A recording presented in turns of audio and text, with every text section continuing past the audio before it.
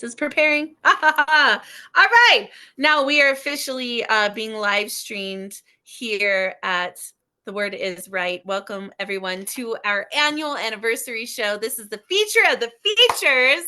I'm so excited. We're wrapping up our third year, moving into our fourth year at The Word Is Right, doing all kinds of amazing shows and workshops. We have had a lot of changes this year. A lot of great things have been happening, and we got to meet a lot of poets in person this year. So it's been a really, really fun, exciting, and eventful year for all of us here. So thank you all so much for being here. The list, as I read before we went going today, I don't know why my phone is like having some issues, like frozen issues. I don't know. I'm trying to get all of this stuff onto our IG page as well, but it does not look like Instagram wants to be cooperative today. I know all of our IG compatrons, they like to know the links. Come on, Instagram, you can do this. All right, there we go. So tonight we have Chance Lombard, Pam Rice, Ed Poetastic, Jeff Taylor, Doc Janning, Mark States, Karen Garabrandt, Price is Black, Crip Lyrical, Terry Rose Jerson, The Poet Rose Gold, Zulianette, Tabitha Adams, Prince A. McNally, James Mr. Speaker Sears, Bram McLear, and of course, Emily Cordes has us in the Stacy, right? Let it go. That would be. I wish it was that easy. That would be hilarious. So that's our plan for tonight. We have shows just about every day of the week. We have either workshops, open mics, different types of hybrid events we have here at The Word Is Right. We have a incredible haiku workshop. Chance Lumber is going to lead us off today. He does a great haiku workshop. We have karaoke night here. It's just so much fun stuff. There are slots available here at The Word Is Right if you're interested in coming to have a show, a regular show here. We do have a lot of slots open for folks who are interested in trying to learn how to host or build a platform or build a following. This is a great place to come and start to hone those skills. Next Friday night is our pajama poetry open mic right before the holidays. So if you want to open mic next Friday, but you don't really want to have to do anything or go anywhere, you just want to be comfortable, then that's why we did pajama party open mic. So come next Friday for pajama party open mic. And of course, if you have never published a debut book of poetry and you've never been invited from Red or Green Books, then reach out to us and let us know.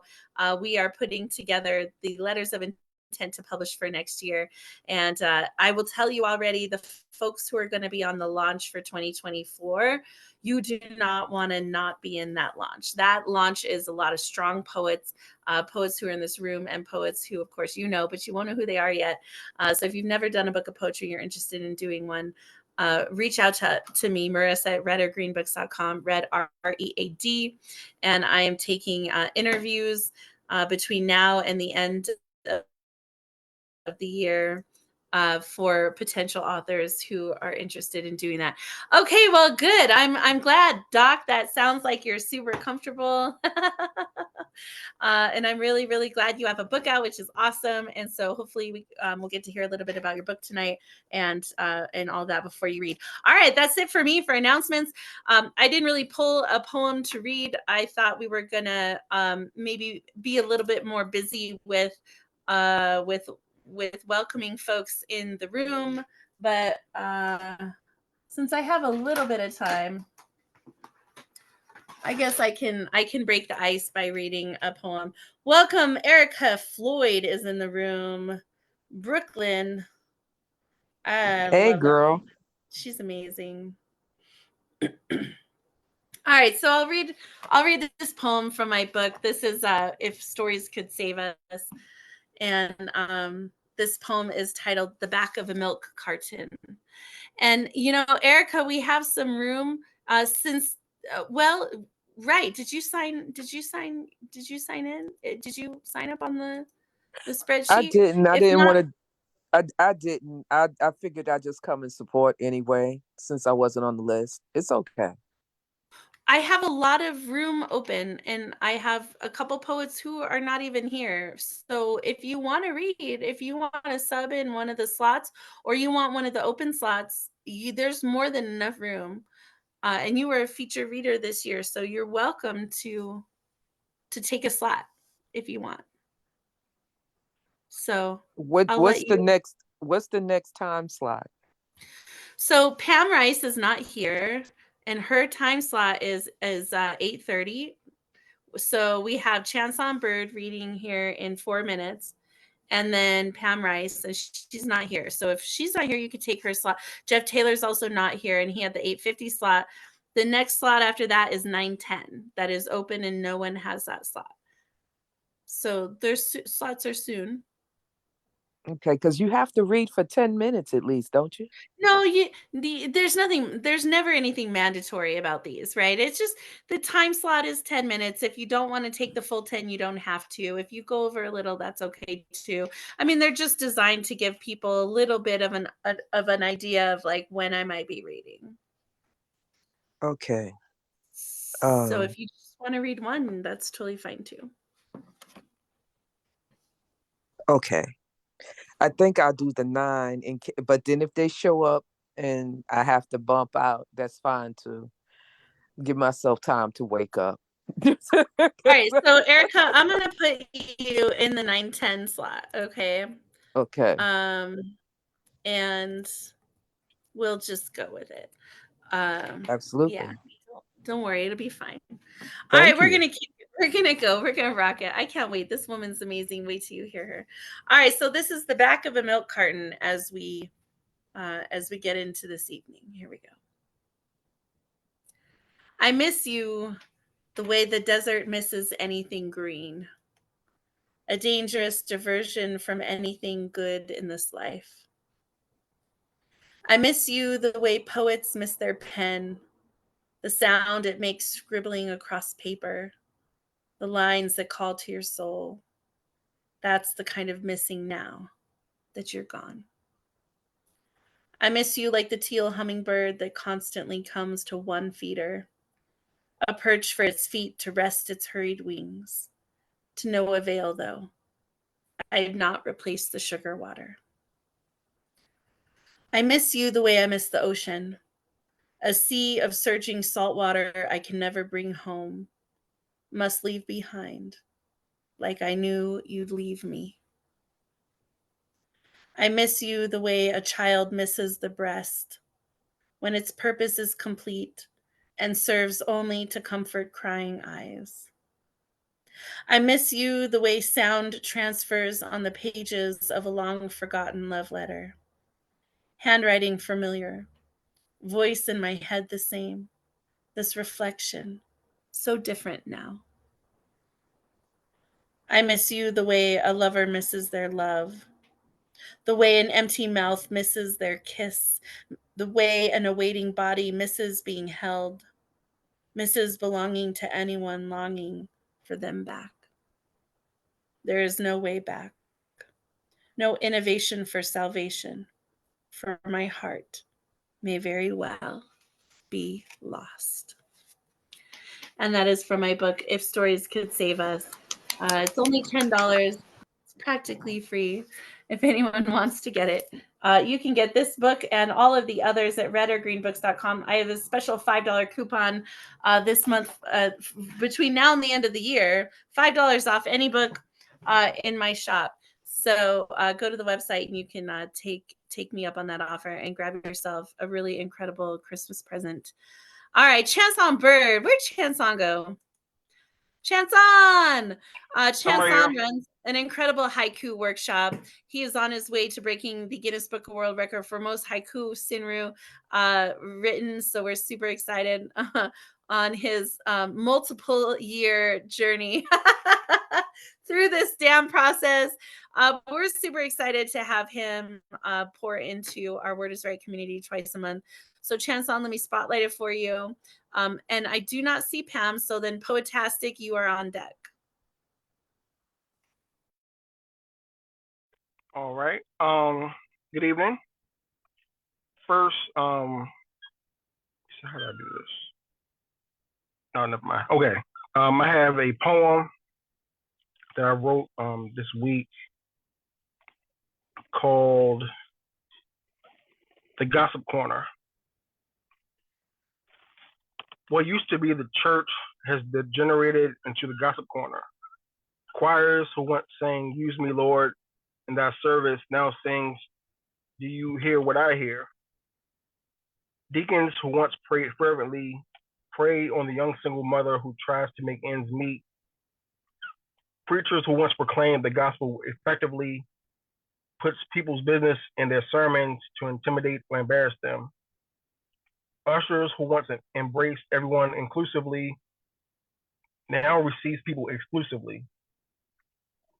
Old ladies who sit on the deaconess board with peppermints in their purse turn their noses at young ladies simply for wearing skirts above their knees. God's house is not a house filled with perfect people.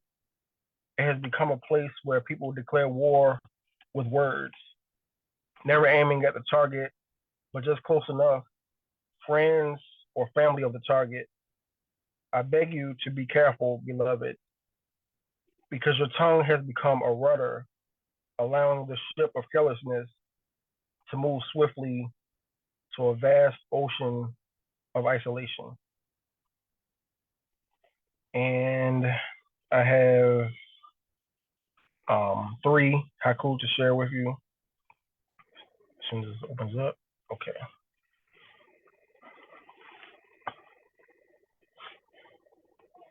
Frozen, chosen, choose. Sterile old men make choices that women pay for. Frozen, chosen, choose. Sterile old men make choices that women pay for.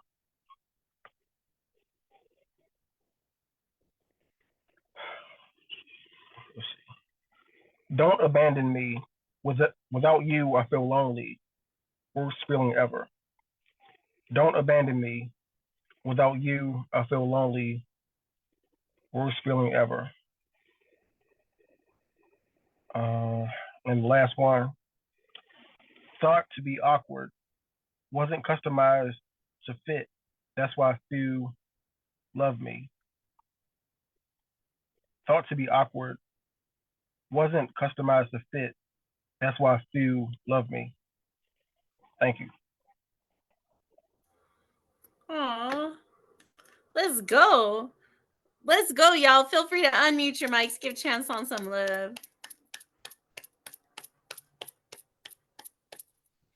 All right. Thanks, Mark States. I love how like you're always so happy and it just makes my night. All right, so I do not see Pam Rice here. Ed Poetastic, are you ready to go, sir? I know he always steps away from his computer, which is why I typed his name in the chat. Potastic, are you ready? I'm ready because Hi. my All name is right, let Eddie. me spotlight you real quick. There you Thank you go, for not. sir. Thank you, my sister, with a voice of a twister, and thank you for not letting go, letting go. Thank you so much. My name is Ed Potasso, feeling fantastic. Please give me time to join my rhyme fop with Sublime. Okay, I got one short piece and two medium side pieces, so I won't take too much time.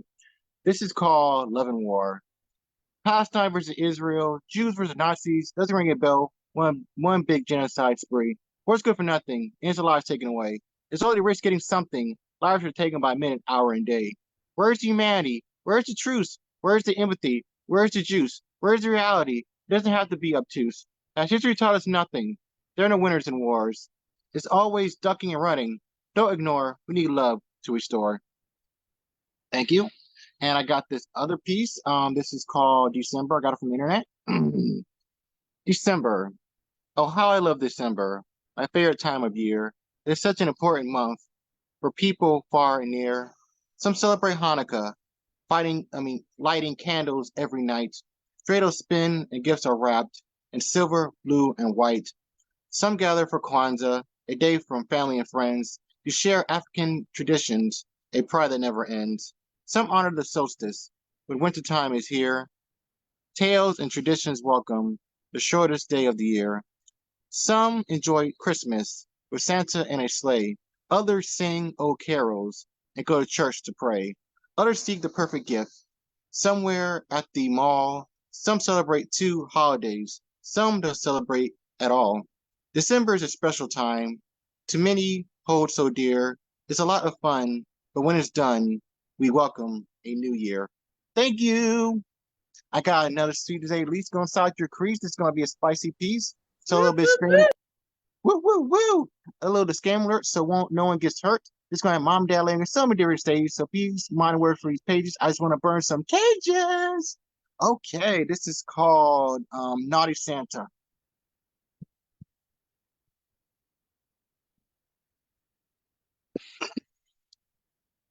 It's cold and snowy outside. Why not stay in? Honey, please pass the cookies and wine. There's a pink and warm gift I need to attend. Sweetie, you can call me Santa. I'm full of holly jolly delights. Enough with the boring banter. Santa wants to ride your sleigh tonight. Let me unwrap your colorful wrapper. Santa needs to find his holiday surprise. Is it me, or has it gotten damper? I see the bright bells dangling in your eyes. Sweetie, let me fill in the blanks inside your lovely and dripping stocking. Let's fill it with holiday cheer. Do you see the throbbing? Oh no, I'm not stopping. That's shocking.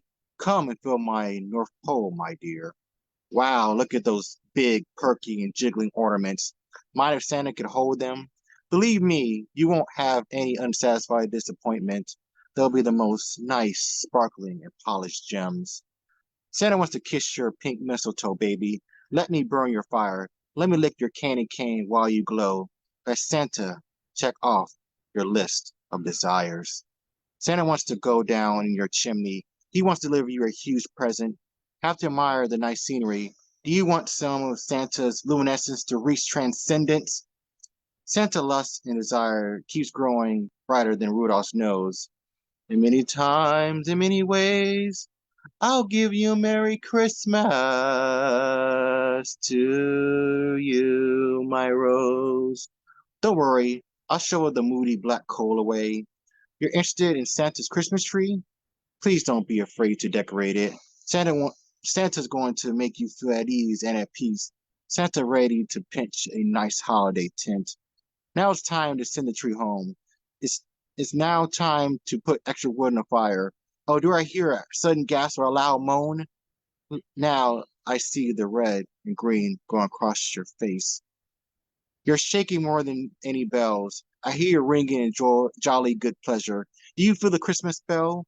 No more displeasure for the burning leisure. Time for Santa to ride his holly jolly sleigh. Come on, my cute, sweet, and delightful reindeer. Time to rush and crush the Grinchyness away. Run faster, faster, faster, faster, faster, my dear. Let me spank your holiday hands to move more, more, and more. We need to warm the pale night away. Do you feel the scorching downpour? If so, let us play, play, and play. Santa needs to break for Christmas' sake. I feel myself going for a snooze. It's time to dream in the blanket lake. Time to pay overdues in the holiday blues. Happy holidays and thank you. Let's go. Yes. And Poetastic. Mr. Flametastic himself. Awesome. Feel free to unmute your mics if y'all want between readers and give them some love. I just Naughty love Santa. Naughty Santa. It's great. It's so funny. I love it. I love Poetastic. Yeah. All right, let's keep going. Welcome, Logic. Welcome, everyone who is here tonight. I do have some slots open, so if you'd like to read, let me know. I do not see Jeff Taylor here, so that means we're going to go into Doc Janning, followed by Erica Floyd. If anyone would like to read, let me know. I can get you in. We are running really early on for time, because some of the people were not here for the first hour, and you have up to 10 minutes. Feel free to take the time. You don't have to take all the time. If you go over a little, that's okay too, because we have a lot of time tonight. But this is designed to showcase the supporters and the features from the year and give y'all a good chunk of time to read tonight. All right, Doc, let me find you. There you are. Let me spotlight you, sir, and take it away. Okay. First of all, I have my first book of poetry now in print. It's available through your local bookstore and online. I will throw the information in the chat after I'm done with my reading. And you can see the cover behind me on the screen. So that's the upper part of it anyhow. And I will begin with a solstice poem, since this is a solstice, or at least a partial, well, this is a pre-solstice poem, and then a solstice poem. Prelude to a Dream. An amethyst bowl, a singing bowl, sounds in the key of E. The sound expands, a prayer of peace to fill the multiverse. An ancient ambience, the alchemy of ages. Shadows erased, the dream begins. Fires of life. We drift in the season of solstice, in fading twilight amid changing patterns. Patterns and silhouettes. Silhouettes outlined by life and fires of time. Fires both ancient and modern. Fires universal to all humanity. Fires to call back the sun from distant journeying. Fires accompanied by music and song, prayer and supplication, feasting and celebration. Fires of home and hearth, of friends and family. Fires to celebrate these solstice days and the distant scent of spring. Fires of life.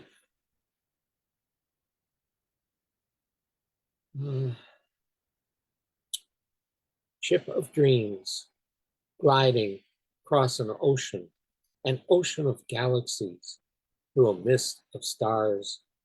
I am carried in serene silence as energy flows on streams of time in infinite variation through infinite dimensions. I sail on a ship of dreams, a ship laden with evocations of past, present, and future. And I remember.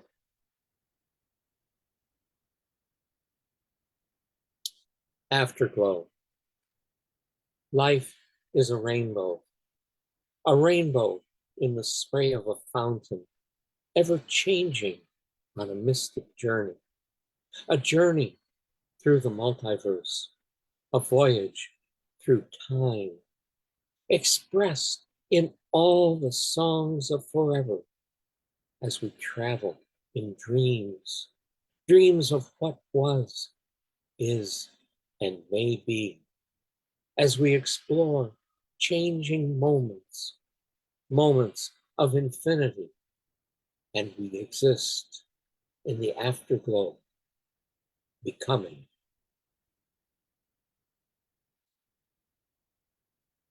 December dreams, walking in a leaf-strewn glade, neath a sun-filled sky.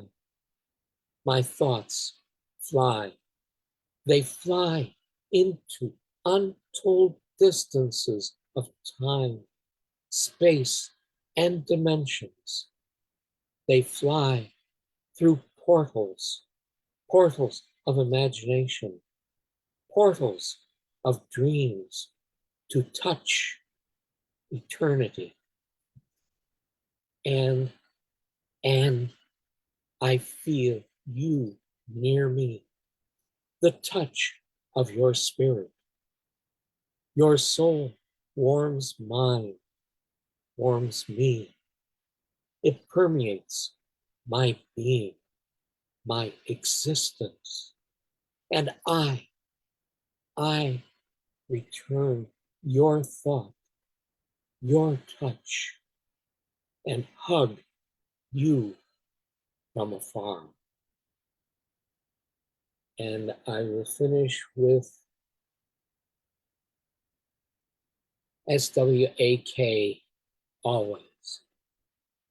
My dearest, darling Sandy, though you may have forgotten all our dreams of long ago, I find myself searching through ashes, ashes of those dreams for memories, memories of days when we smiled at and with one another, memories of hours, hours which ran wild, wild with magic, the magic of our eyes and the silence of our words. I sometimes wonder, do you remember the us which was and could have been? There is a place in me, a place your fingerprints have remained. Your kisses have lingered, and your whispers have softly echoed down corridors of memory. It is a place where a part of you always has been and always will be a part of me. Some nights I have dreamed a wondrous dream. I was enfolded in your arms. We were kissing, cuddling, and stroking each other, crying for time and opportunity lost. I have in my poems written of meeting in our dreams. Those dreams, those dreams seemed so vivid, so real. I felt the touch of your fingers, your body molding to mine. I inhaled the scent of your hair, your skin. We entwined in a slow, sensuous dance of love, and skin to skin melted into each other. When I woke, I could almost sense your presence, smell your scent. Your scent seemed to linger in my room, in my bed, on my pillow. It was the scent of joy, of love, of longing for those few brief moments, moments I felt whole and felt I was whole, whole. I had never wanted our lives to be such that I was buying roses, roses for you from afar. I wanted to be there with you, to plant them for you, to be with you as they blossomed, yielded their wondrous fragrance for your enjoyment. I would love to kiss you as one, that I would love to kiss you as one starved for you, as one who has been long away from you and has finally come home, home. It would be the kind of kiss which lingers, lingers in my fantasies, and with which I would consume you. I would kiss you so deeply, so deeply, you would swallow me. My only wish, my only wish is to love you with the same ferocity with which I would be loved. Forever and forever and forever. Again and again, I will say it. I am and always have been deeply in love with you, my Sandy. I would give up forever to be always, always at your side. I belong to you, and I have belonged to you from the beginning, before I knew I did. Yours is the one love which will burn in my soul forever. Tu me manques, toujours, moi. And if you don't know already, that's a letter composed as a poem. Thank you. Oh my gosh, you guys, unmute your mics. Give it up for the one and only Doc Janning. Let's go, Doc. Woohoo! Just what the doctor ordered. Woohoo! Beautiful. I absolutely love it when he reads that shit. It makes me happy. Mr. Witt's in the house. What's up, Mr. Witz? So excited to have everyone tonight. We do have some open slots, so if anyone would like to read, let me know. I don't see Pam or Jeff, so we're going to keep going. I have Erica Floyd, Logic the Poet, Mark States. If Karen Garabrandt does not make it in, oh, look, here comes Jeff. All right, so we'll put Jeff in the next open slot. Oh, good. Cassie, I have Cassie on the list as well for standby. So we will be kind of shaping and molding the list as we go tonight because we were moving so fast early on. Some of the folks who weren't here now, it's a kind of a game of catch up. So welcome, Cassie. Welcome, Jeff. Welcome, Mr. Witz, and we'll get everyone into the slots as soon as we can. We're working down the list right now. All right, so we got Erica Floyd, Logic the Poet, Mark States. I'm going to go ahead and put Jeff Taylor since Jeff is here. Jeff, Priceless Black, and then I'll do Squigs. We'll see then where we're at in the list. Cassie, I will get you in. Don't worry. It's going to be a wonderful time. Let's see. Erica Floyd, are you ready? Beautiful. Let me find you and see where. I'm ready. Okay, well, all right. So I can't spotlight you because your camera's off, but that's okay. You don't have to put your camera on. But I just guys don't want to see me. You do not. So let's go. Yeah. Okay. This one is titled The Necessity of Self-Exploration. And I take it you guys can hear me okay so far? Oh, all yes. Right. All right. This route has been traveled a minute, but not as often as one suspects.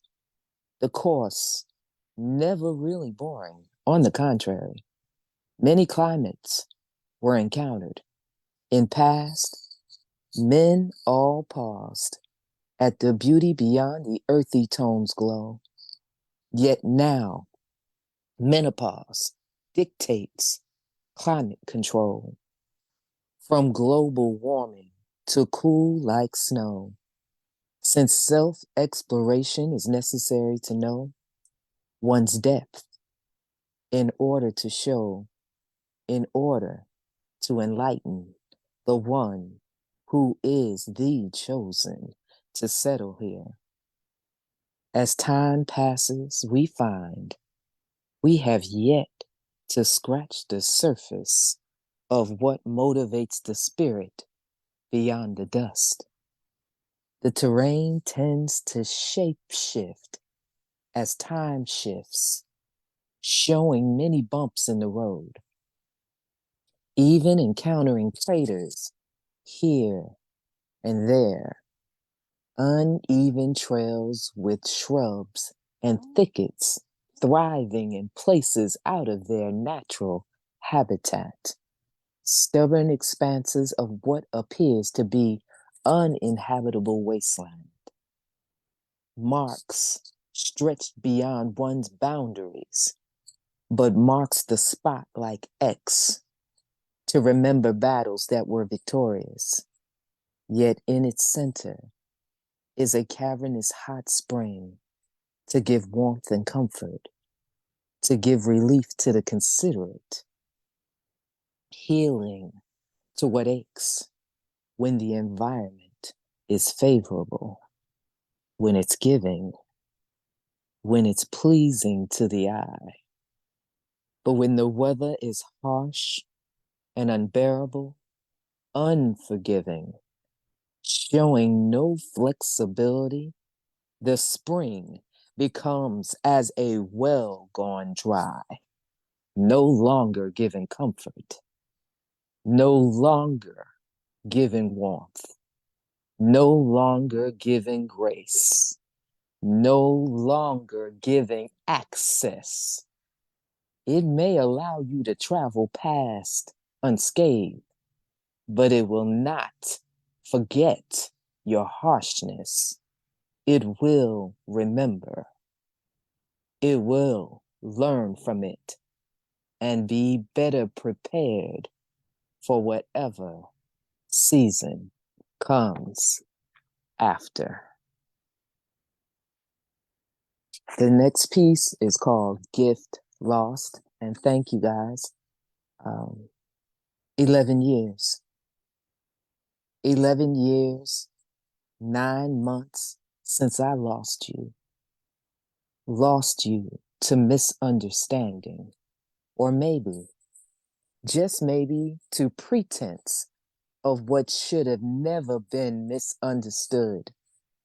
Because the entity that snatched you away from me is still cloaked in narcissism. No ownership in the part they've played. No real redemption to the act they've portrayed.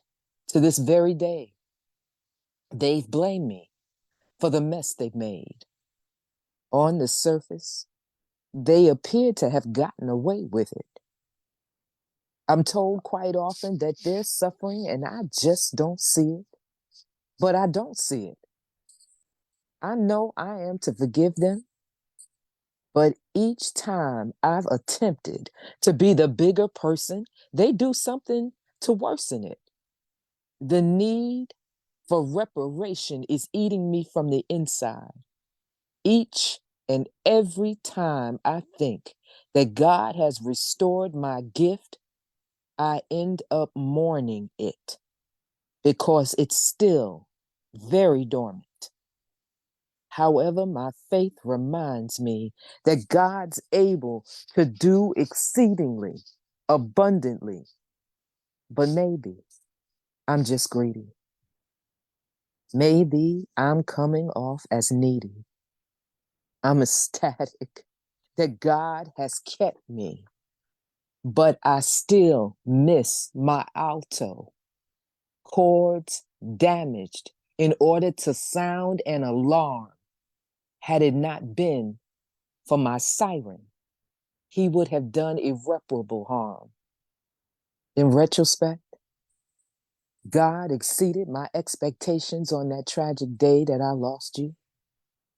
And although I may never hit those notes again, my life was extended 11 years and 9 months. And through that extension, I was able to see graduations. I discovered I could write poetry and be part of an empathetic community worldwide. I've created works worth publishing.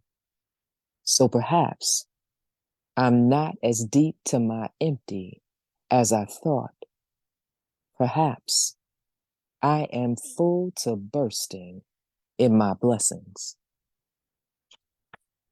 There's that piece.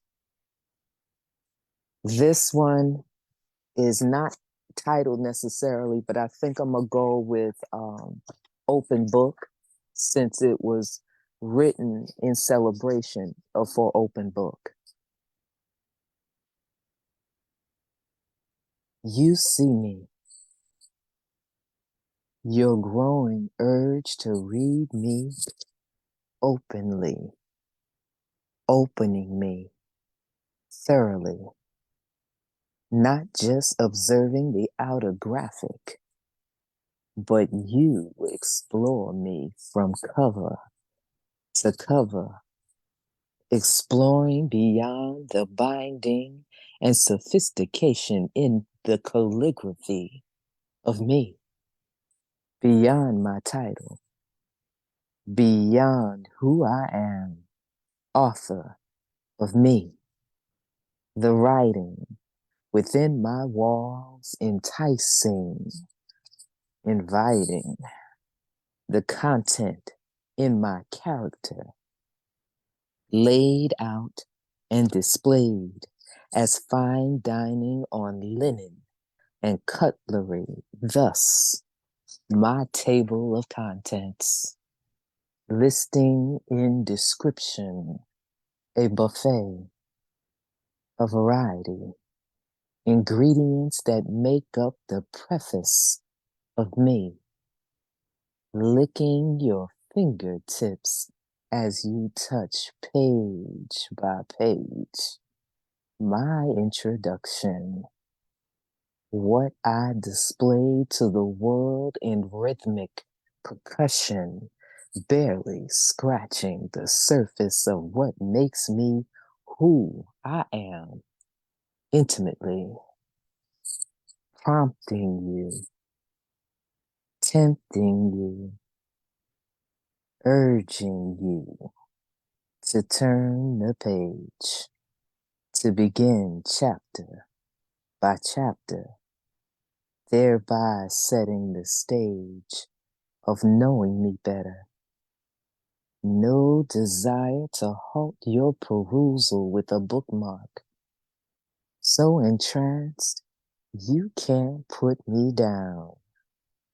For true intimacy, the mission is to see me naked, unveil the mysterious metaphorical mind maze that could create complications in your conspiratorial, coital conquering of my consciousness. I can't be mad at that. We must have goals.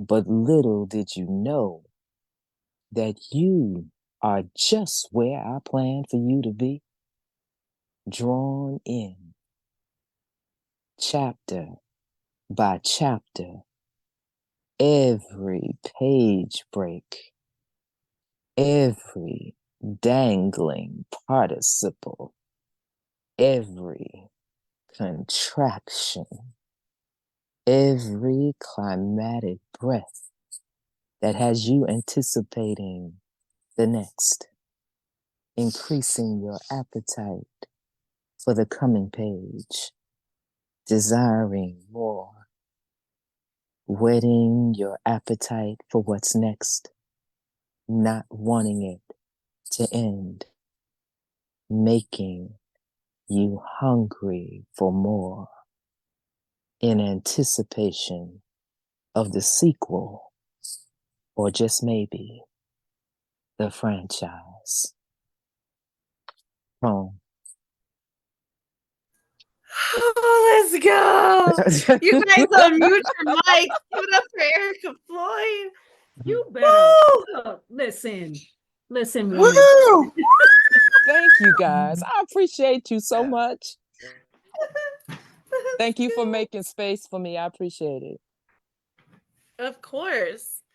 Oh my God. Right? I know Rose Gold's she gonna chime in something. Oh yeah. Yeah. There you go. And Erica has a book. You have a book coming out next year.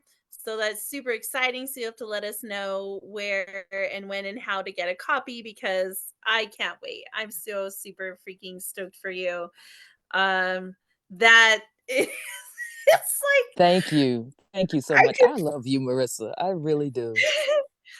I could see it being like, when you go into the grocery store, like, sometimes they have the scanner, you can scan the coupon code or whatever, and it dispenses you like samples or whatever. I could see you scanning a QR code for Erica Floyd's book and her just reading that poem and like spitting out like the printed version of what she just read as like a sweetener for buying the book. Like that is the absolute best that's the best pitch for any book I've ever heard. Thank you. Thank you so much. I love your laugh. You are so funny. Thank you. Oh my God. AJ don't even know what he's missing. Like you should come on. I know it's hard because you work, but like you got to come and read that poem to him. Oh, so I I told Coach Ja that I was doing his shouting capitals in the chat, so now his ass is here. Good to see you, Coach Ja. If you want to get on to read tonight, yeah, Squigs, I could put you later, no worries. I'm working the list out because right, we had some folks who were not here, who came a little late and whatnot. So yeah, so I will definitely, Squigs, I'll put you later. Don't worry. But Ja, you just missed Erica's poem. So, and this is, yeah, I mean, yeah, go back and watch it. But I want that book now. Let's go. All right, next up we got Logic the Poet, followed by Mark States, Jeff Taylor, Priceless Black, and then we'll see where we're at in the list. Mr. Wiz. This is what I'm saying. It's yes. Where can we find this? I'm sure she'll let all of us know when it comes out where we can get it, because I want to get it and I want her to give it to me. That's that's that.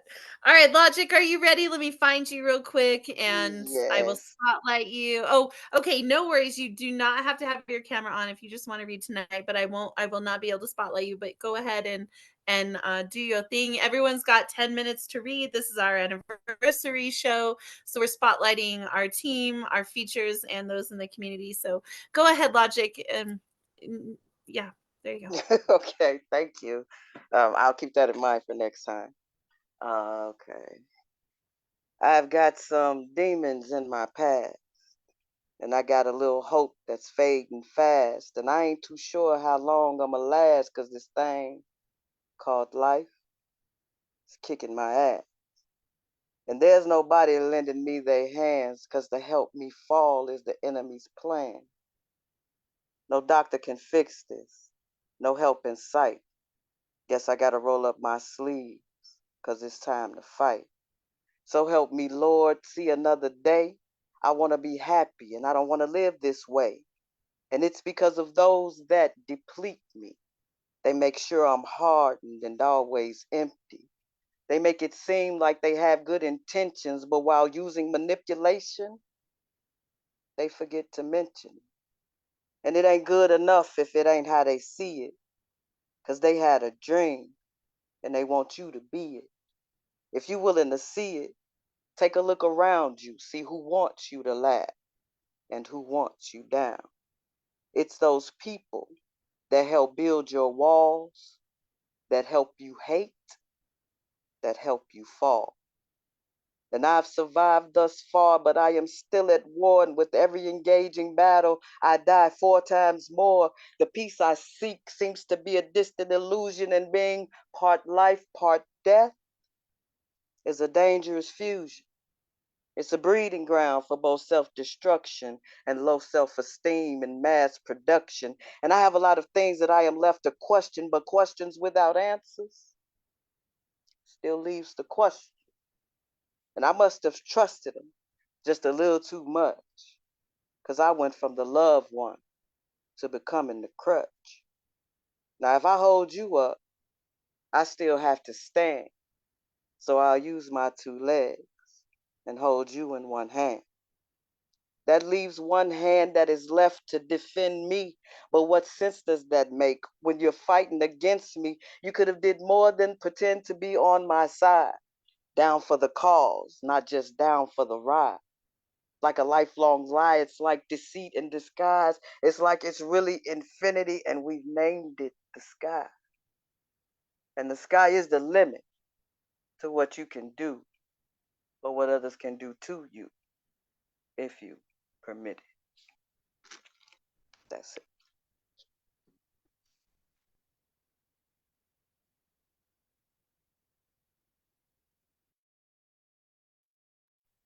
That was it. I don't hear anything. Oh, Are you sure? Do you want to do I another love one? that piece. That was Yes. wonderful. Very nice. Oh, thank you. Sure. I'm like, I don't hear anything. What's happening? Sorry, Logic. Yeah, you're welcome to do another one. I mean, the slot, you can fill the whole 10 minutes if you want. You don't have to. That's okay too. We just don't want to interrupt you. Okay, well, I can get you another. I don't tell people my hopes and dreams anymore because people can be so disappointing. I'm on a road to bettering myself, a spiritual path, and I want the anointing. I've seen too many things that cause me to question this world and life as it seems. I love too hard, forget too soft, and still believe in dreams. I'm awake at night, would rather sleep in the day. It might be a long, hard road, but I'm ready to pave it. I'm taking back my life from those who ain't willing to help me save it. I don't need you anymore. I've been upgraded. One thing I know now that I didn't know in the past is no matter how fucked up it is, people can only give you what they have. And I want to be loved, but I struggle to accept it because a lot of people's love don't even reflect it. And you have to be careful of whom you're subjected because people ain't always truthful and you ain't always protected. It is hard to regain after reduction. And we both know that pain causes negative repercussions, but if love is life and life is free, then why is it up for discussion? And if that's true, when it start costing so much just to show somebody you love them?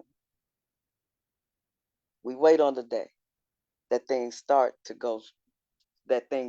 make sense. And sometimes you gotta go slow because when you rush, you miss shit. Like, you gotta stop believing what people say because they treated you how they meant it. And no matter how many times your heart's been broken, true love heals and it's waiting to mend it. Your purpose is still real, so the very next time you see the boat, don't miss it. And whoever out there that has hurt your heart, you have to forgive them. Okay, that's it. Yes, let's go. Let's go. Y'all That's feel free to wonderful. unmute your mics. Please give it up for Logic the poet. Yes. Yes, Logic. Thank you, thank Abs- you, thank you. Absolutely. Get Fantastic. it, Logic. Get it, Logic. Love yeah. it. Okay. Thank you. And I want to recognize those who are joining us as we're entering into this next hour. Welcome, Zoom user. I don't know your name, so I cannot unfortunately welcome you with your name, but welcome. And Emily Cordes as well. Thank you, Dr. Rhonda M. Lawson. And Cassie, of course, is on the list. So welcome, welcome. Look, there she is, Emily Cordes. And her new dope ass book is out. It's awesome. All right, let's keep going tonight. We got Mark States, Jeff Taylor, Price is Black, and then Cassie. Those are the next four on the list. And then we'll keep going with the scheduled list. Squigs, I'll get you in a little bit later. Mr. Witz, I got you as well. So I do not see a few of our other friends who are signed up to read tonight. I do not see them in the room. It could just be because we're so far ahead of schedule, or I'm not sure, but they're going to get bumped down if they come later. We'll figure out where to put everybody. All right, the one and only Mark States. Are you ready, sir? Let me go ahead and spotlight you and take it away. Window to the world. They say the duplex next door was built when I was between 3 and 4. that I'd stare through the window for hours, mesmerized by the movement of diggers, scoopers, bulldozers, and dump trucks. The scurrying of men like ants as they carried bags of concrete mix over their shoulders or climbed ladders while balancing a stack of shingles in one arm. Not even the allure of television could pry me away from the window view of a constant yet slow change going on in my then still small world. They who tell this story laugh for reasons I do not know, but probably are not complimentary, and then they sneer, "Oh, but you were too young to remember any of it," with accompanying "ha ha ha" being the laugh track to a scene that just isn't funny. But you see, that's the problem. I do remember 3 to 4-year-old me struggling to climb up the green couch, then climb up some more upon its back with unsteady balance as I pulled up the blinds enough to insert my head between blinds and glass, grasping windowsill and watching a parade of yellow construction hats pass above the rickety brown fence between their world and mine. Then the tall one walked by. Could see his whole face above the fence. He looked back at me through the window, then pointed and started laughing. I remember shy me recoiling, shrinking into the corner of that green couch, curling up like a pill bug and whimpering in shame. Tall man kept taunting and joking about, "Little boy in the window, where'd you go?"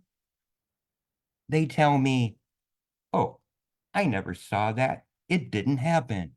You're just making it up." Yeah, life's been like that ever since.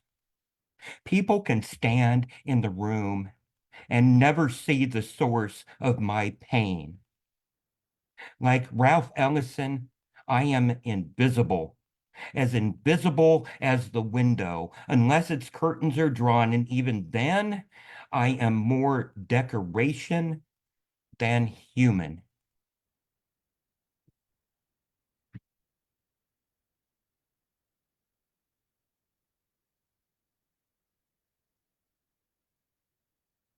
Whatever gets you through. Some seasons, books were my only friends. Only books would talk to me, tell me stories, and help me understand who I was and my place in this world I was growing up within.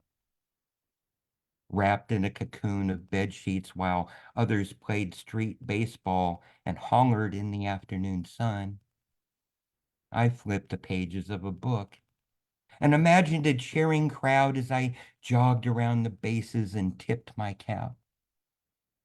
Books never laughed at me for missing a pitch, never insulted me for not being tall enough or fast enough to go from first to third on an infield single. Books never told the teacher they'd rather play one player short than be forced to select me for their team. Books taught me more about baseball than any teacher or Young America coach would. Books even taught me how to bunt. But unfortunately, not what to do when you get in the bunter's pose and the pitcher's response is to throw a fastball at your head. And then, when you belly flop to the dirt to avoid being KO'd, the catcher's response is to spit on you, step on your shoulder, and threaten to kill you, and the teacher slash coach slash umpire behind home plate does nothing to stop it. Well, there are some things even a book does not cover, not even a baseball book. Books got me through those seasons of being the outcast, the shunned, the "don't you dare come outside" times. My bedroom was hot as a boiler room in the dog days of summer. The air was stifling, and the air reminded me of how I felt inside my own body. Stifled, miserable, unliked, unwanted. Being in this room all afternoon every day felt like a cruel and unusual solitary confinement, and even worse, imprisoned for a crime I did not commit. Though some may say the facts I exist, breathe, and consume planetary resources at all is of itself the crime. Like most children, I never really understood the why, only that the why is not right. Then I read Ralph Ellison's Invisible Man, and I too felt invisible, that people refused to see the real me, and in my place they inserted figments of their own imaginations and frustrations and reasons to dislike and distrust and abuse. And the discovery I was not alone in this world, that someone could articulate what I felt inside when I had not the words to explain the whys, I just knew that from that day forward, I was going to fight like hell to be me, to self-define me, to make them see me, to make them recognize and acknowledge me. Because being yourself is perhaps the most revolutionary act. And sometimes it is preferable to be invisible if it gets you through to the next day for your next revolutionary act. You see, baseball books are good for dreaming, but Invisible Man is the only reason you see me here today. Because otherwise, I might not have seen any reason to continue to exist.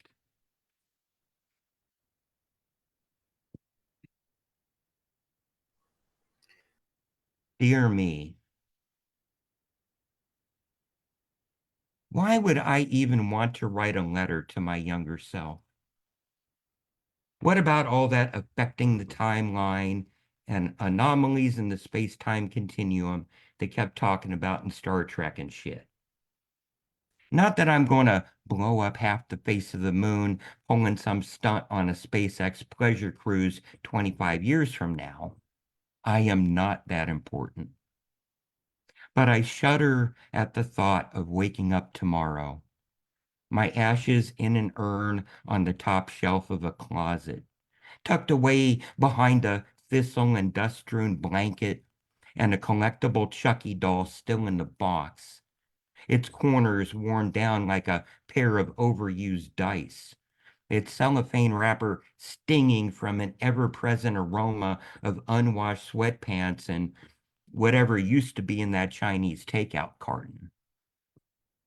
Cooped up in an urn, just because I'd listened to older me's self.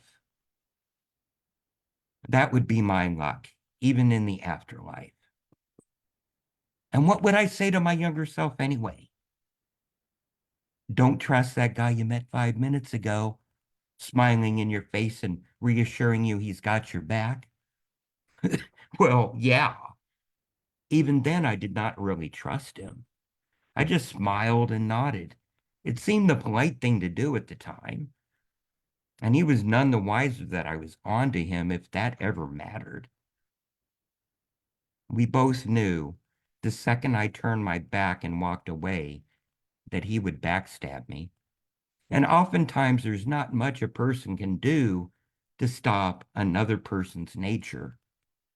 Just as a person cannot keep a cloud from dropping its rain, or a scorpion from stinging, or keep a crooked politician's hands in his own pockets for a change. And you, older me, of anyone, you should already know that. And so I'm surprised and mildly ashamed that I may eventually become you, a person who has to be reminded of who he was and lectured about staying in your own lane, or time, as it were. People listen to their past more than to their future anyway. So future me, please don't be dropping me any more lines, okay? Or I might just have to write you another poem and tuck it in one of your binders. Surprise! With love, your younger self. Thank you very much. That was Ah, awesome. let's That was, oh go. my God. I Let's like go. that. Look at Jeff Jeez. Taylor. Oh, Jeff's got the big beard, the winter Boston beard. Let's go. Sorry, Erica. Keep going. No, you are fine. All his pieces was great. They were all just deep. I like deep. It gives Thank you some you. food for thought, for real.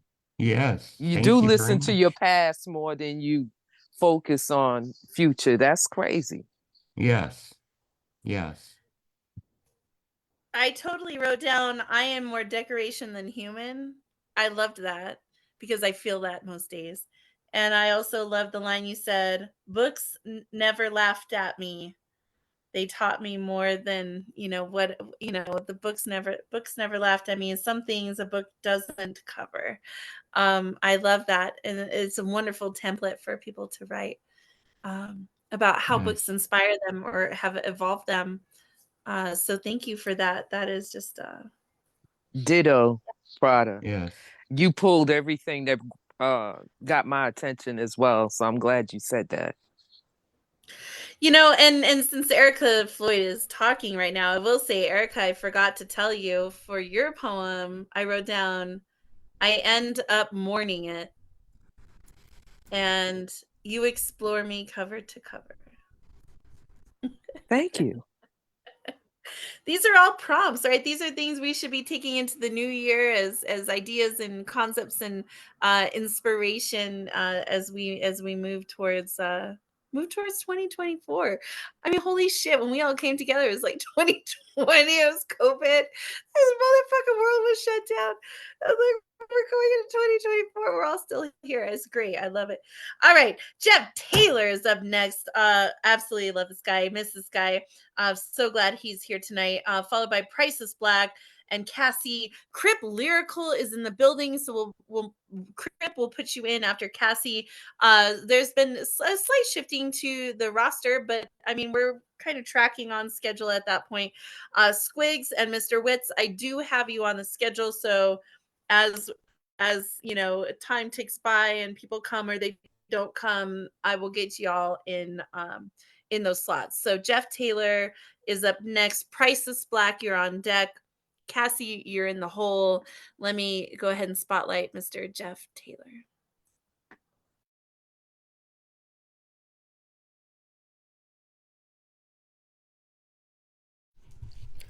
Thank you, Marissa.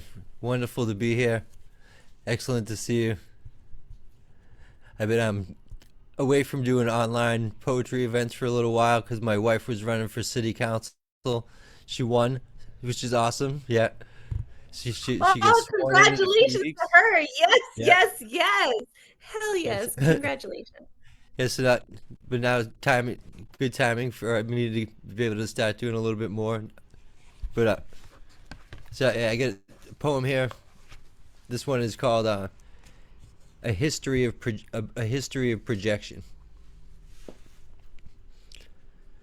The Sinclairs came about via the simultaneous vibrating of a group of 100 mass collectives, 100 massed individuals, collectively known as Patty and Fred.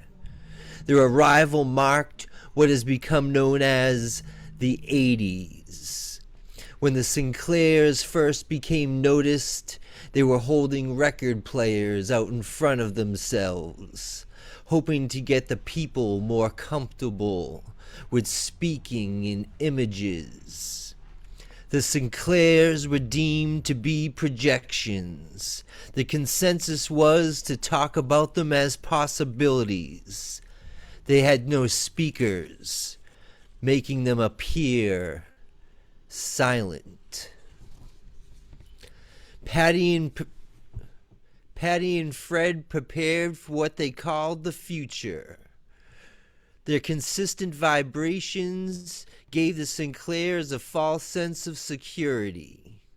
The label on their spinning vinyl said, "Check your head." During what became known as the 90s, Patty and Fred covered thousands of pianos with mashed potatoes and gravy, their own recipe. Taking great caution in how they indulged the pride they derived from their spuds, until some grew to be zealots, and the pride they derived from their gravy. This shift in consistency caused the mass collective to split into waves consisting of 5 Patties and 5 Freds, bringing about an era of wave cancellation we learned to refer to as the aughts. During this time, the resulting sound from the wave vibrations flipped phase with each other, resulting in the Patties and Freds being unable to hear. The time alone provided the realization they harbored the editing capabilities necessary to shift their vibrations milliseconds into the future, pulling the waves just far enough apart to be heard. They would go on to develop what has become known as dissonance. Not being taken seriously had its advantages. Not being seen as anything more than possibilities, the Sinclairs had a hard time developing their projections without arousing suspicion. The Sinclairs subtly appeared in the surrounding environment by establishing themselves as minor celebrities, becoming backup singers and mayors, weathermen and third base coaches, more and more inserting what have become known as memes into the things people take for granted. The Sinclairs honed their skills, outlining the full spectrum. They met by the hundreds, convening at secret institutes, appearing to be old age homes and wind turbine factories. The Sinclairs codified their ideals, collaborating on methods of incorporating their projections into the hearts and minds of the people. The consensus was this was not the right time to reveal the source of the memes. The possibilities are what make them so attractive. This realization brought about what has become known as the internet. That was a history of projection.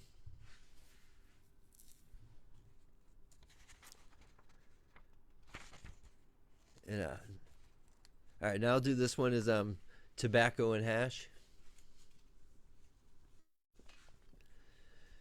Jen was a professional drunk. Got killed by a rookie. What kind of career is that anyway? When Jen and I were in Florida, we paid too much for a spliff of tobacco and hash. They got too wet to smoke as we rain danced on the pier, cyclones dancing around us. She overcame addiction only to have her life ended by someone who wasn't there yet. I like to think the woman who caused the accident was Jen's soulmate. They lived thousands of lives together through thousands of universes, weaving the possibilities of two beings colliding. The roar of this life, reduced to the moment they floated towards each other, locking eyes before everything went black. Jen once told me she wanted all her friends to smoke her ashes, so we wouldn't make the same mistakes she did. What if we all smoked our dead friends' ashes? Would there be an energy transference, reverberating across generations, raising our collective consciousness to new levels of possibility? Would we take on the weight of each other's lives?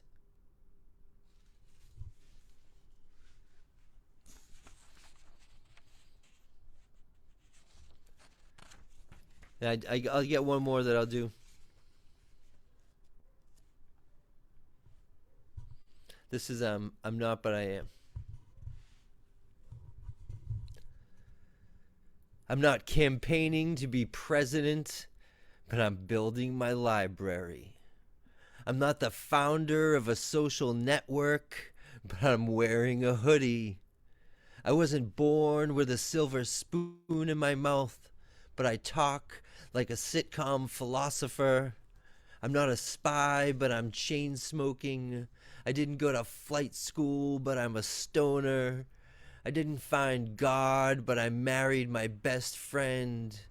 I'm not a cult leader, but my children love me. I didn't consider myself an alcoholic, but I over-celebrated every minor holiday. I didn't create change, but I'm listening to podcasts. I'm not the heavyweight world champion, but I beat myself up. I didn't make the All-American team, but I know how to play the game. I'd make a terrible waiter, but I'll bring you what you ask for. Wow. Let's go. Yes, Oh, let's let's go. I like that. go. Yes. I'll I bring you what you That asked last for. line, What? though. Yes. All right, now you're all smoking my ashes. I don't care what you fucking say. Like, I'll give you liberation or cancer, one or the other. Or both. Oh, fucking hell, let's go. That is Jeff Taylor. He runs Garage Poets open mics. You can find him Garage Poets on Facebook and Instagram. I think they're on IG. But they're just a wonderful group of people outside of Boston. You really need to go and hook up with what they're doing. They're just lovely human beings. And Mark and Ethan came out of Garage Poets, and they're just lovely human beings. I absolutely enjoy the whole crew, and Anna, mostly Anna, but and her weird collection of teeth, but that's okay. We won't we won't go there. All right. I miss the Garage Poets. All right, let's keep going. Next up, we have Priceless Black in the house. If you guys were not here last night, you did not know what went down. Priceless Black runs Black Noise Open Mic the third Friday night of the month here at The Word Is Right. And it was an incredible open mic. Just absolutely sensational. This man, I had a chance to meet him in person when he came to New Mexico for the summit. Oh, Price, I'm stockpiling hugs for you. So y'all should come out here in September 2024 for the New Mexico Poetry Summit. It's going to be an amazing, amazing time. And then after Price, we have Cassie, Crip Lyrical. And then we'll see if Terry Rose Dirtson is here by then or not. If not, then the Poet Rose Gold, you'll have a chance to go. Squigs, let me know when you're ready for me to put you in. And then also Mr. Witz, I have you on the list, and we're gonna keep going down tonight. So like Emily Cortez, I don't see Zulianette, I don't see Tabitha, I don't see Prince McNally, and I don't see Mr. Speaker. So we're just gonna keep rolling through. I mean, these folks, this is a 3-4 hour long show that folks were given times for that are much later than right now. So we're going to be patient as we move through the list and wait for folks to get here. But in the meantime, bring those who are here up. So Priceless, let me go ahead and spotlight you, sir, and feel free to take it away. Don't forget, everyone's got up to 10 minutes. You can go a little over, a little under. That's cool. No worries. What you got? Hey everybody, how you guys doing? This first piece is called Toxic Attachment.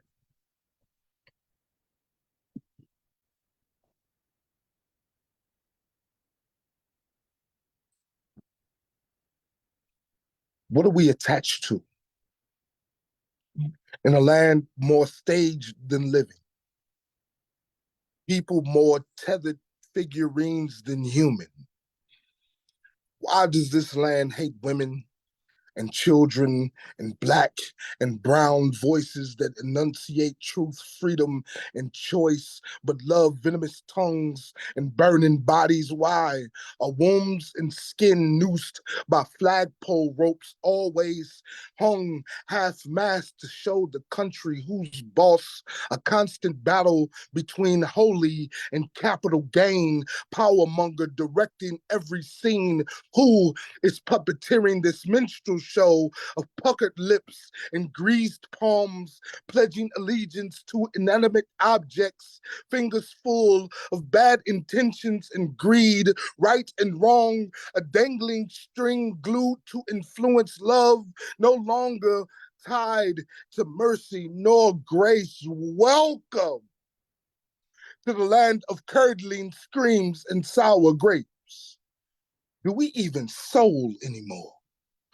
Faith, empathy, past a post, trending topic, territorial wars, police shootings, a week of protests, 2 days of riots, compassion beyond commercials of crying, crippled dogs and swollen bellies. Have we all been infected with fly on the eye syndrome, unbothered until the next segment of breaking news? When did bombs bursting in air over fields of children become brave?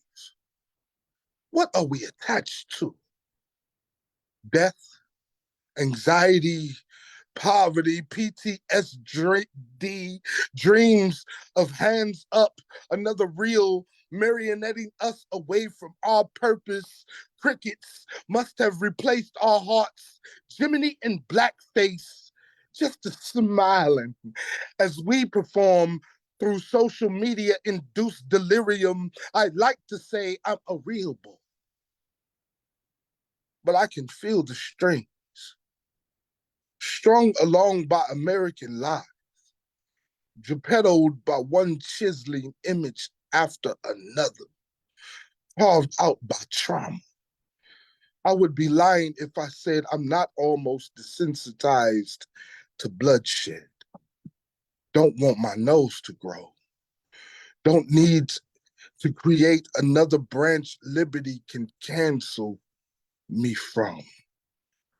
In a world where real puppets, I mean boys, aren't supposed to emotion or be black and alive, or be loved beyond what they provide, were real mothers, I mean puppets, I mean women aren't supposed to be queens or be black and alive, or be powerful, or be in control of their bodies, where women and children aren't real, just puppets, just traffic, just casualties of war, organs, sex.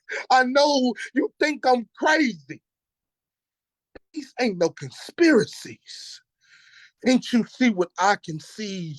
These strings, this gun in my back. I've been stuffing pain into knot holes so long, it's starting to seep through my grain. These tears, thick like sap, perm oil saturating my bark, weight getting too heavy for my limbs. I'm just asking you to pay attention. I just want to be a real boy. Maybe one day we will all be unattached.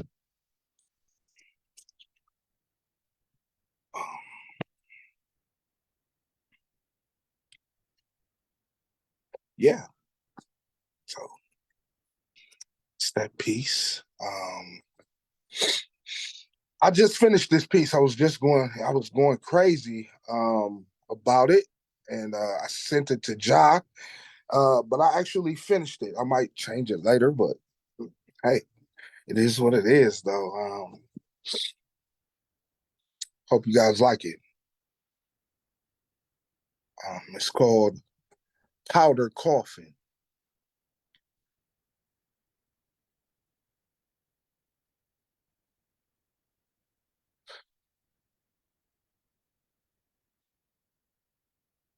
I can feel the reverb of screams, seismic quake of misery, smelling the impact of ammunition, tears rolling between the standing hair on my skin, blood oozing around my doorstep. Another breaking news segment filled with journalism salty enough to make a heart stop. They say in 9th century China, gunpowder was created, first used for medicinal purposes, remedy for headaches. A few years later was produced for warfare. I asked myself, how many times did organs implode before deciding to set the powder ablaze? Imagine vaccines enveloping homes in flames, becoming cannons, muskets, tools of genocide. I will never look at medicine the same. Can't shake the thought of my aspirin being loaded into guns, painful killer fired at a congregation or classroom, into an aisle of shoppers, American mass murder infesting our families, GSR stained hands of the heartless, grief served repeatedly, graves submerged in regret, war in Palestine persists, Congolese brutally displaced, all these babies considered collateral damage, research lab rats to be dissected. When is enough enough? The end to the inoculation of black powder into the marrow of society. When will wrong be considered wrong? No matter the amendment, even if it's brandishing a price tag, it's like being stuck between a bullet and a bullet. I've seen men die. So even knowing the despair, how can I protect my family without fighting fire with fire? I would like to think, I guess the creator figured it a sickness to not keep up with the times, unable to suppress this coughing disease of terror, pneumonia, shrapnel in the chest of many nations like mucus, antibiotic released on the defenseless. I wonder if shell casings will be found wrapped in IV bags, saline solution thick and black. Sugar can't help this form of medicine. The honey is laced with C4. It's a hard pill to swallow. Knowing something that can be used to create colorful beauty is used as an agent of destruction against against the very people that stand in amazement to watch designs flame across the sky for entertainment, mutates memorable moments into morbid memorials. I didn't want to write this poem. Couldn't live in the space. This past to present reality, but the visuals of small, bloody, feet-covered bodies wouldn't afford me sleep. We can't keep ignoring the mental erosion caused by the emotionally sick, equipped with firepower, the bullies who ally with bullies, the contradictory posture of a government who won't allow women to be in charge of their bodies, but will fund the wars and murder and the murder of innocent children.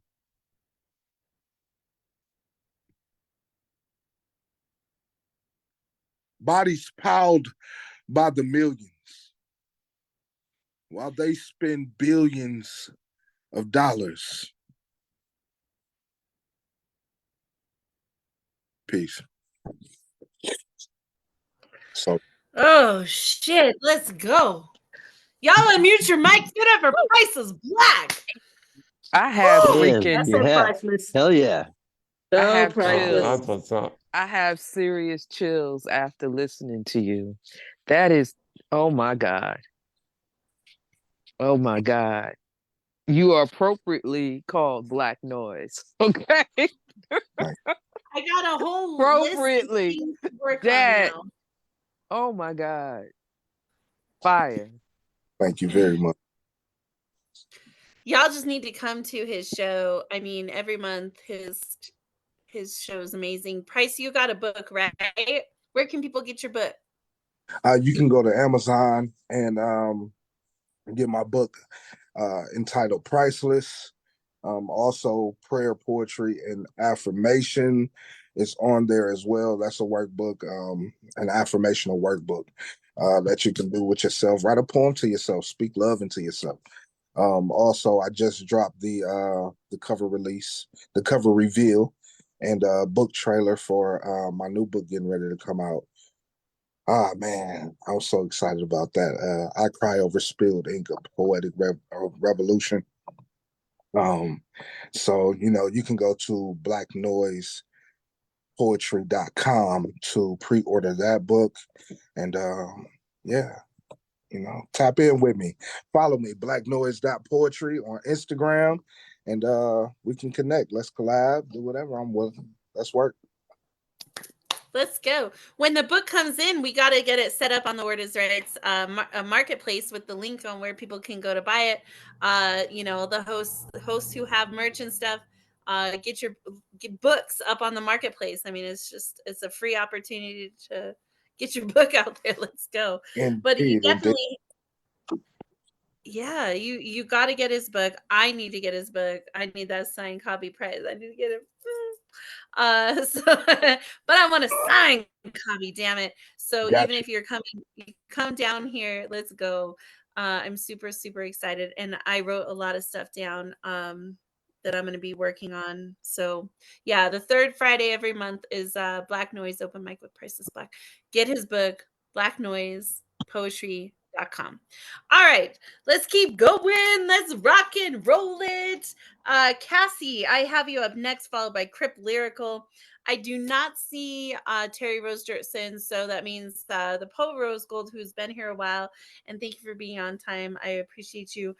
We'll go, and then we have Squigs, and then we'll see where we're at with the list. Okay, so I'm only going like 4 poets at a time right now so that we don't get too far ahead in case folks who are signed up to read wind up coming in more or less during their slot. So let me see where Cassie is. Are you ready, Cassie? Yep, I guess I am. You do not have to have your camera on, but just so you know, I cannot spotlight you unless you have your camera on, okay? Okay. So you're fine. You can go though. All right, thank you. Okay. I'm gonna start with an untitled one. I know that I will always wander, be it quiet, snow-dampened streets, curious corners of my mind, or to different fences to perch on. I think I know how to stay afloat, but when the boat rocks, I become unsure. Seasickness is not foreign to me. It now accompanies me on most my journeys. I wish I knew how to wake from fear hastily, leaping forth into the warmth of unfurled wild abandon. And the next one is also untitled.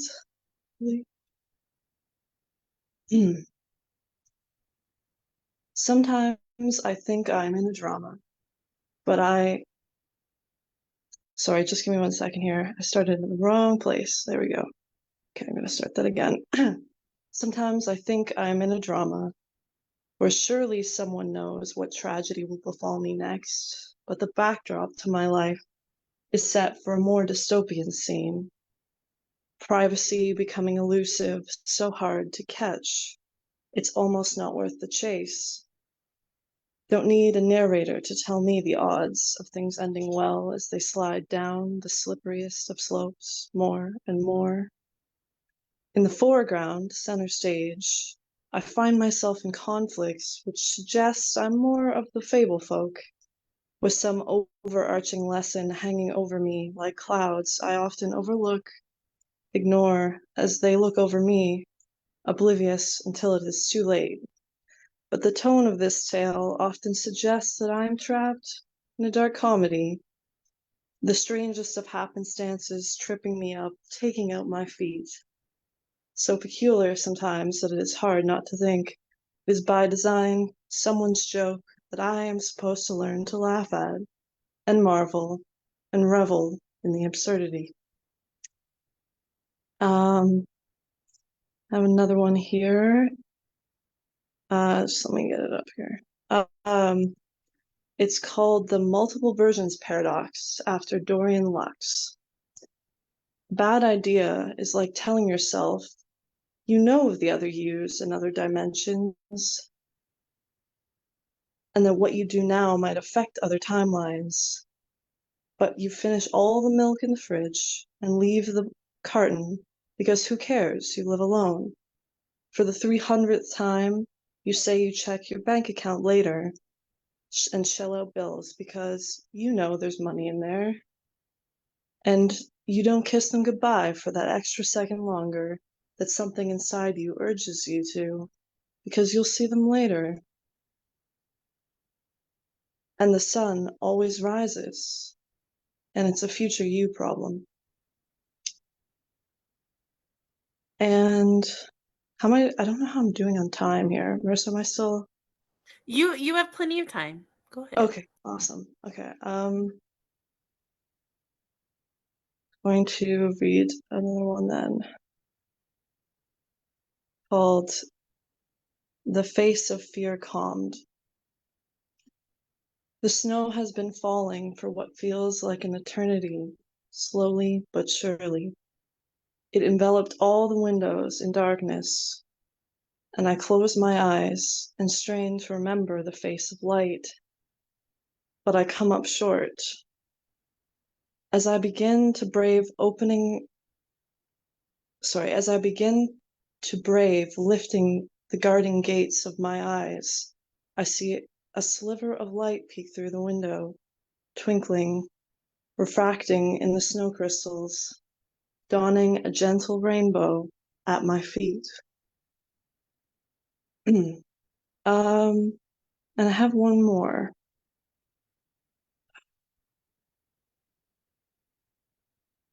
It's called Greedy. I am greedy for experiences, for the rush of a new sensation, for the brisk foreign concept to lap at my ankles to surprise me and push the corners of my beliefs to expand. Greedy for joys of all shapes and sizes, for the ones that crest unexpectedly after heartbreak, little waves of absurdity found in back alleyways in the middle of the street, for the joys that tap at the back of my shoulder like gentle little sprites, urging me to turn around and notice them, and for the joys that take out my legs in waves when I am parched from all my daily acquiescing that I do when I should be wave chasing. And that's all I have. Thank you. Yes. Yes. Y'all unmute your mics. Give it up, please, for Cassie. Oh. Woo! There's so many lines in there. So many, right? You have to check the chat because, people were giving you some love in the chat. A future you problem. Yes. I'm so glad that you're here. Please come back. Keep coming back. That is the best. I would love to hear more from you. And the way you deliver poetry is it's so gentle. You could deliver a 2x4 to my head and I would love it. It would, like Mark, right? She can deliver so it's like bam, and I would be like, yes, I'm not in any pain. I fully accept it. She'll talk you into taking the blows. I absolutely love it. Very yes, right. Squig's very poetic. All right, let's keep going tonight. Also, if anyone would like to feature next year, let me know. I'm putting together some features going into the spring. So I'm super happy to have everyone back if you would like to come back. Crip Lyrical, we just finished up back-to-back incredible events. Crip had his book release. He has this awesome, incredible book. Y'all need to get his book. And then we had, of course, the American Graveyard book reading last weekend, and now we have the Word is Right anniversary show reading. So a lot of events for Crip. He's been he's hard to book now. Like you gotta shell out like massive. No, I'm just kidding. You gotta, but you do have to get this guy and book him early now that he's like legit now has a schedule, and I'm super super excited, and his book is phenomenal. So for those who have never met Crip or never heard his work, like, you're in for a treat. Super super excited to have met you, Crip. And if you're not doing anything in September of next year, y'all should come, because Denton's only like 6 hours from here, seven. It's not that long, right? I have had some family that lived in Denton, so get your butt here. However, you got to get here in September. Be so awesome to meet you and to hug you and to put some love with the name. So we'll have Crypto now. Rose Gold, Poet Rose Gold, you're on deck. Followed by Squigs, and then Emily Cordes. You're in 3. All right, let me spotlight you, Crip. Here we go. Okay, there you go. All right, thank you, Marissa, so much for inviting me to this. It's really an honor to share space with each of you. So yeah, I've got 3 new pieces, a little different than what I normally write. Yeah, so I thought I'd try them out. The first one is titled Hipster Bearded Magician. He's a 6-wheel rolling, black hat posing, brown lyricist. Picture this: revolutionary, visionary, building freedom militaries. The state wants us dead. We're steady breathing, believing. We are royal, crowns receiving. My brother slept through a truth collector. That's my blood dripping graffiti on the border wall. There are no nations. Smoking possibilities of nature's leaves, trees protect serenity, ghosts really fuck with me. Penning proverbs, popping sunrise to sunrise. The devil's lies lying in the rear view, I'm strolling with a clear view. My ancestors wait for me. Does it matter that I don't belong? Like my debts are paid? Money is dead. He is the pulp to my fiction. Hipster bearded magician, beyond simple definition. Gender norms are analog, digital is my monologue. The sky became an afterthought. My mobile phone, a bag of bricks. I'll text you when my fingers fix. Good Friday dressed in street fight sets. Alice's Wonderland costed Jackson. Money still dead. Semi-automatic godlike prophets putting profits from the poor in the pews. Yeah, I'm sacrilegious, sarcastic, borderline agnostic, a small fish in the bowl, a piranha if you tap the glass. Daydream drifting in and out of darkness like the poets do. He's a poet too. So there's that piece. Thank you. The second piece, I'm a fan of the artist The Alchemist. So he had a song called E. coli. And I just love the flow and the wordplay in that. So this piece emulates that sound. So it's titled Building a Bridge. My dreams, thoughts, the schemes that I bought. That's what I remember when I'm placed in my plot. My veins like my pen when I write, it's a clot. My heart full of sin when I love, it's a knot. I got some new ideas. I'm like, can I borrow your hand, sir? You're just another dot in my plan, sir. Another afterthought. I leave the bed for the street that needs crossed. Hiding from beasts, though I like to get caught. The badge on the top, black scooter pack. A few pages in it, I'll shoot my shot. And on account of my disability, go ahead. Try to cut me out of this. I'm vibing Gil Scott. I'm dodging stairs is what I was taught. It's a dark alley revolution, my brother. My mind wide open. I'm woke, I'm on a highway. Tony Soprano, a gangster sitting sideways. Wearing my pork pie, only I know how it fits my way. And the pastor points the pistol. Saturday Night Lies. He doesn't know Yahweh. I'm the Wilson to my castaway. My home is surrounded by the seas. I'm building a bridge. I'll be there on a Friday. That's that poem. And I got one more for you. So I wrote this piece almost, I gotta say, 10 months ago in one of Jaws' workshops. And it was a piece that I felt like it was supposed to be for a child. I thought nothing of it. Time has passed, and I'm very into now the ability to be a grandfather. So I have a granddaughter. So I thought, wow, this piece will probably meant for that. So I'm going to share this piece.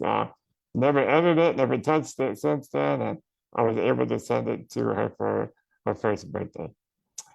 So this piece is titled Storm Slayer, dedicated to Cadence, my granddaughter. Wings look like liberty, freedom over troubled waters. I see a pebble on the shoreline, and it reminds me of you.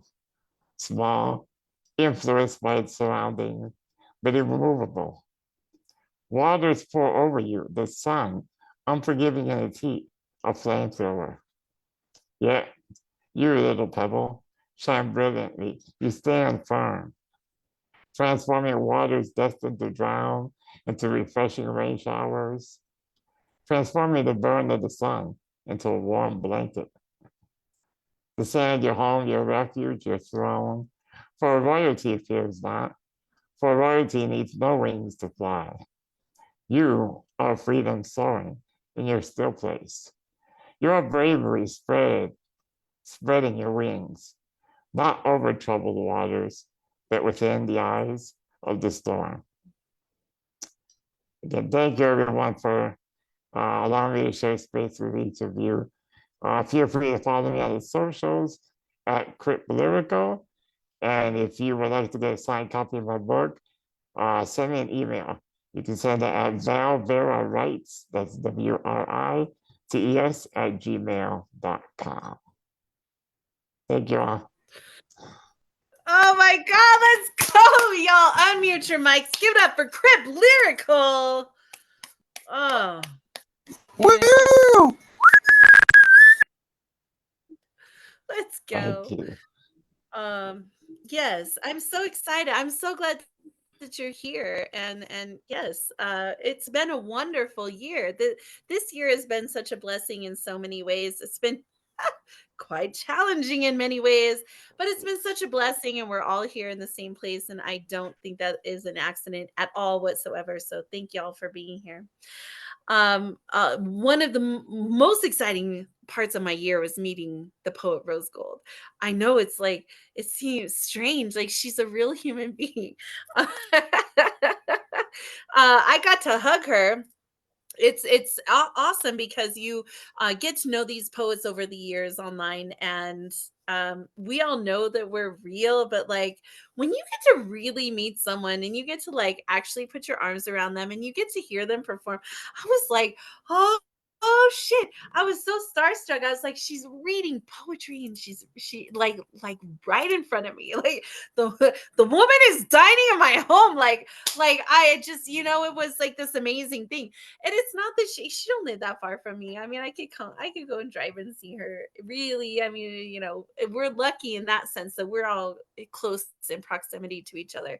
But I got to meet her, which was a highlight of my year. I'm so super excited because we had the New Mexico Poetry Summit, and of course, we're all in the Tesoro, which Stacey Dyson, who's in the room, she leads this incredible women's organization, women poets and entrepreneurs and business people from around the world, and it is just this incredible, sensational collection of human beings. And so Rose Gold was like one of my highlights for the year. And then after Rose Gold, we have Squigs, which Squigs, I'm so excited. I've not seen Squigs in a couple months, so I'm super, super stoked that Squigs is here. Emily Cortez, you'll be in 3, and then Mr. Witz, you will round us up at the end. We'll see if anyone joins us towards the end, but I don't see any of the other poets who are on the list in the room, and so if they're not in the room, by the time we get to the end of the list, they're kind of shit out of luck. My professional opinion. All right, so let me spotlight the poet Rose Gold, and then Squigs, just be ready because you are after Rose Gold. Here we go. You have the right to spit fire. Anything you say can and will be used to burn blasphemies to the ground. You have the right to live a life free from generational curses. If you cannot afford these yokes and burdens, feel free to leave them at the foot of the microphone.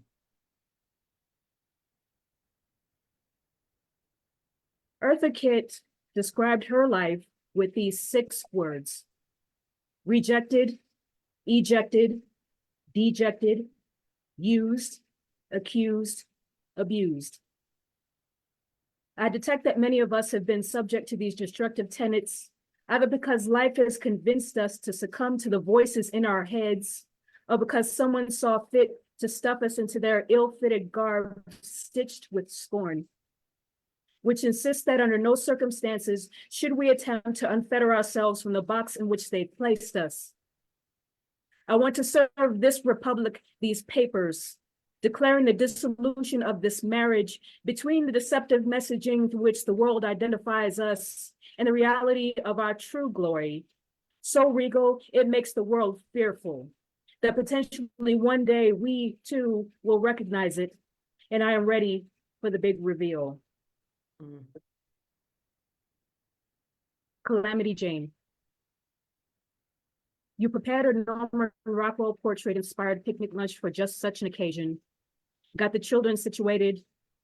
Hard to do when they're so excited for the spectacle that is about to take place.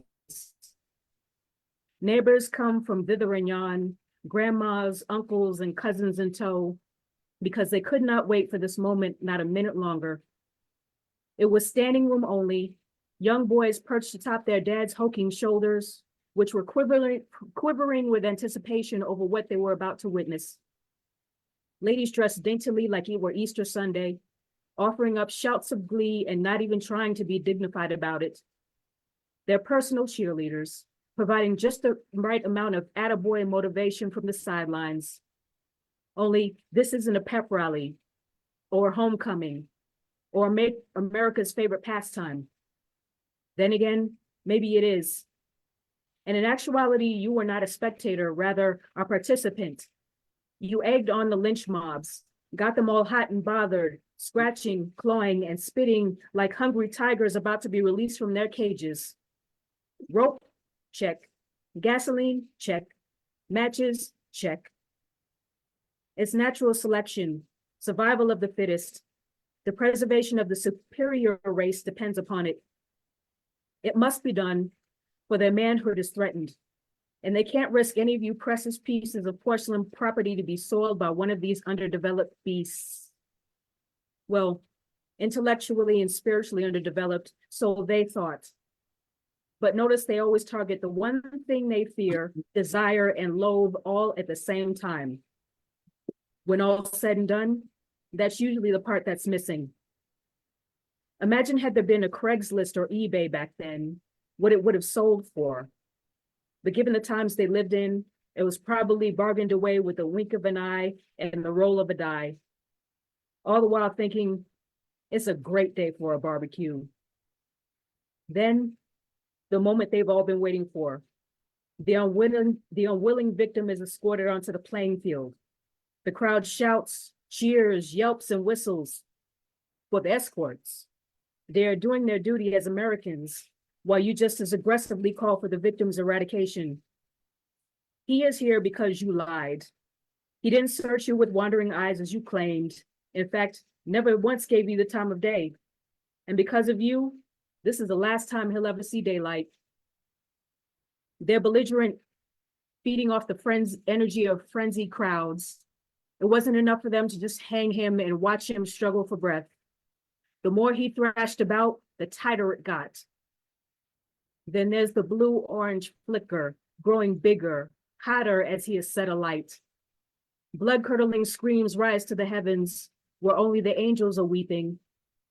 The flames singe his soul while it frantically, unnaturally flees from his body. No one is aghast at this exhibition.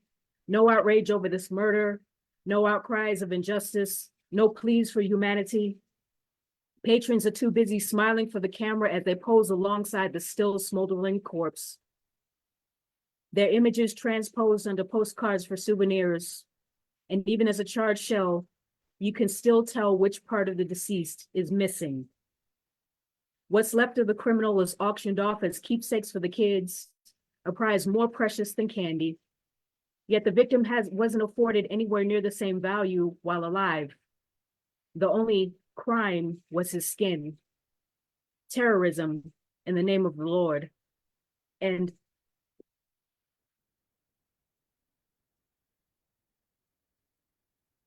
y'all still here? Y'all still with me? Yes, we are here. We're not leaving. Stamp our ticket. Get on the Rose Gold train. Let's go.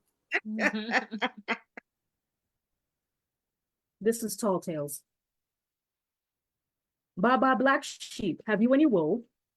I saw the big bad wolf climbing out of your window last night, then head over to pay Dorothy a visit in Oz, while Scarecrow, Tin Man, and the Cowardly Lion watched. Snow White is looking for a new home after the 7 dwarfs kicked her out. She's searching for her Prince Charming that decided to kiss and tell. Now no one wants her. Cinderella has her own troubles, though. The glass slippers broke once she consummated her marriage to her prince, so the novelty's worn off. A real man wouldn't have his way with a sleeping beauty. Meanwhile, everyone wants to hate on Medusa, the only spinster on the block. Not that it's bad to be a spinster, but she has the good sense to turn violators into stone.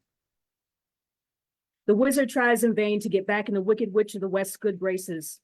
But when he told his tales of war with Glinda, she said, "Sorry, not my circus, not my flying monkeys." Batman knew not to run afoul of Catwoman, but couldn't resist her feminine wiles, and, like most men in her life, cast her aside like yesterday's newspaper, whose headlines read, "Cape Crusader caught with his pants down." So he couldn't say random white woman who always conveniently falls and trips and falls when hunted by the axe murderer in every horror film. And alas, our resident badass, Wonder Woman, couldn't get her man to confess his sins without being bound by the lasso of truth. But why did it take all of that? Especially when she already knew that he was stepping out on her after giving her cat scratch fever. Snow White found Scarlet O'Hara standing in the median with a cardboard sign, "Cast out of the plantation, Tara in disgrace." "Oh, Snow White, where shall I go? Whatever shall I do?" "Got my own trouble, sister," she replied. "Why don't you try mending fences with that cad you married? You're cut from the same cloth, like you in that fake curtain dress." But as Scarlet attempted to speak, her ex comes rolling up in a new Cadillac, Miss Melanie riding shotgun. "Guess what, Scarlet," she said. "Rhett never gave a damn." And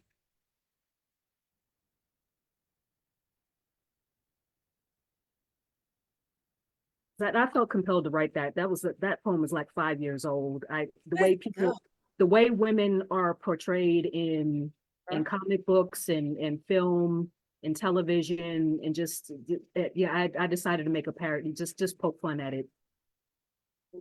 I like it, especially that part about consummating the marriage and then the novelty wore off. The novelty wore off. That's my girl right there. Okay, I wrote this poem. This is a poem that I was asked to write, encouraging people to get out and vote, not for anyone particular, but just to get them out to vote. When you rewind your clocks this season, dial them all the way back to 1965, when melanated women didn't realize the God-given right to vote until then, not in the days of Susan B. Anthony, contrary to the glorified ruse known as suffrage, an omission that still shames history. My sister was born that year, so unlike our mother and her siblings, will never know the indignity of being denied the power of the ballot, subjected to fraudulent literacy tests for validation, or to count jelly beans in a jar, shuttling neighbors to voter registration stations, all while under the threat of intimidation, job termination, or death. That 1965 landmark may not have been necessary had the establishment not ignored the 15th Amendment. There was nothing civil about that offering, for Reconstruction was a blight on states' rights in the minds of those still fighting the war. What is the difficulty in casting a vote when the prequel to this new revolution involved dogs, hoses, bombs, bullets, and batons? And those who survived plucked the strange fruit of their brethren from their reluctant timber. I will give my seconds, minutes, hours, blood, sweat, tears for these mere 55 years that we, the people, have been afforded it. But what we can't afford is to leave the fate of our bodies, safety, and security in the hands of those who care nothing about our walk on this earth. And as such, I cannot abandon allegiance to my ancestors and elders. My vote is my activism that they fear because that places the power in my hands. So the fight for our lives may not be in the ring nor in the streets, but at the ballot box. And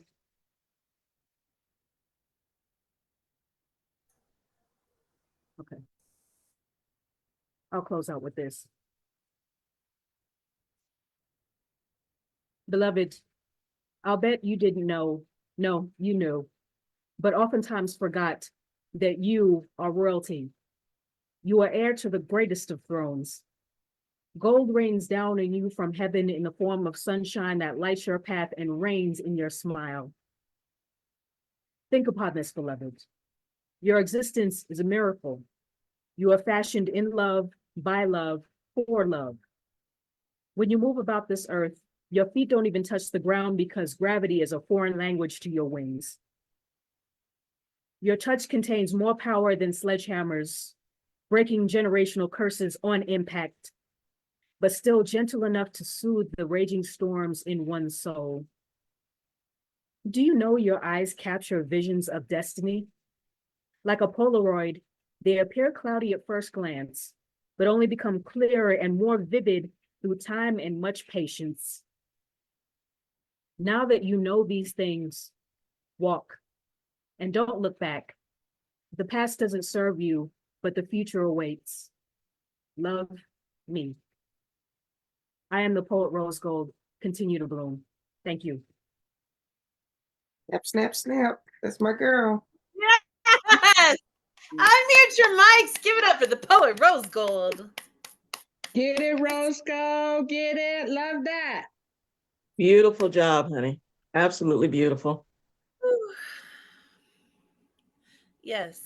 And I do have to say, so I'm editing a movie from the New Mexico Poetry Summit, and it is this awesome thing. And I have so many clips of Rose Gold doing her shit. And it's like, it's awesome because I've been watching this movie. Like, it's, if you've ever cut and clipped like a movie together and then you put sound with it, you have to watch it like a number of times. I mean, I've probably watched this like 200 times already, just trying to fit everything together.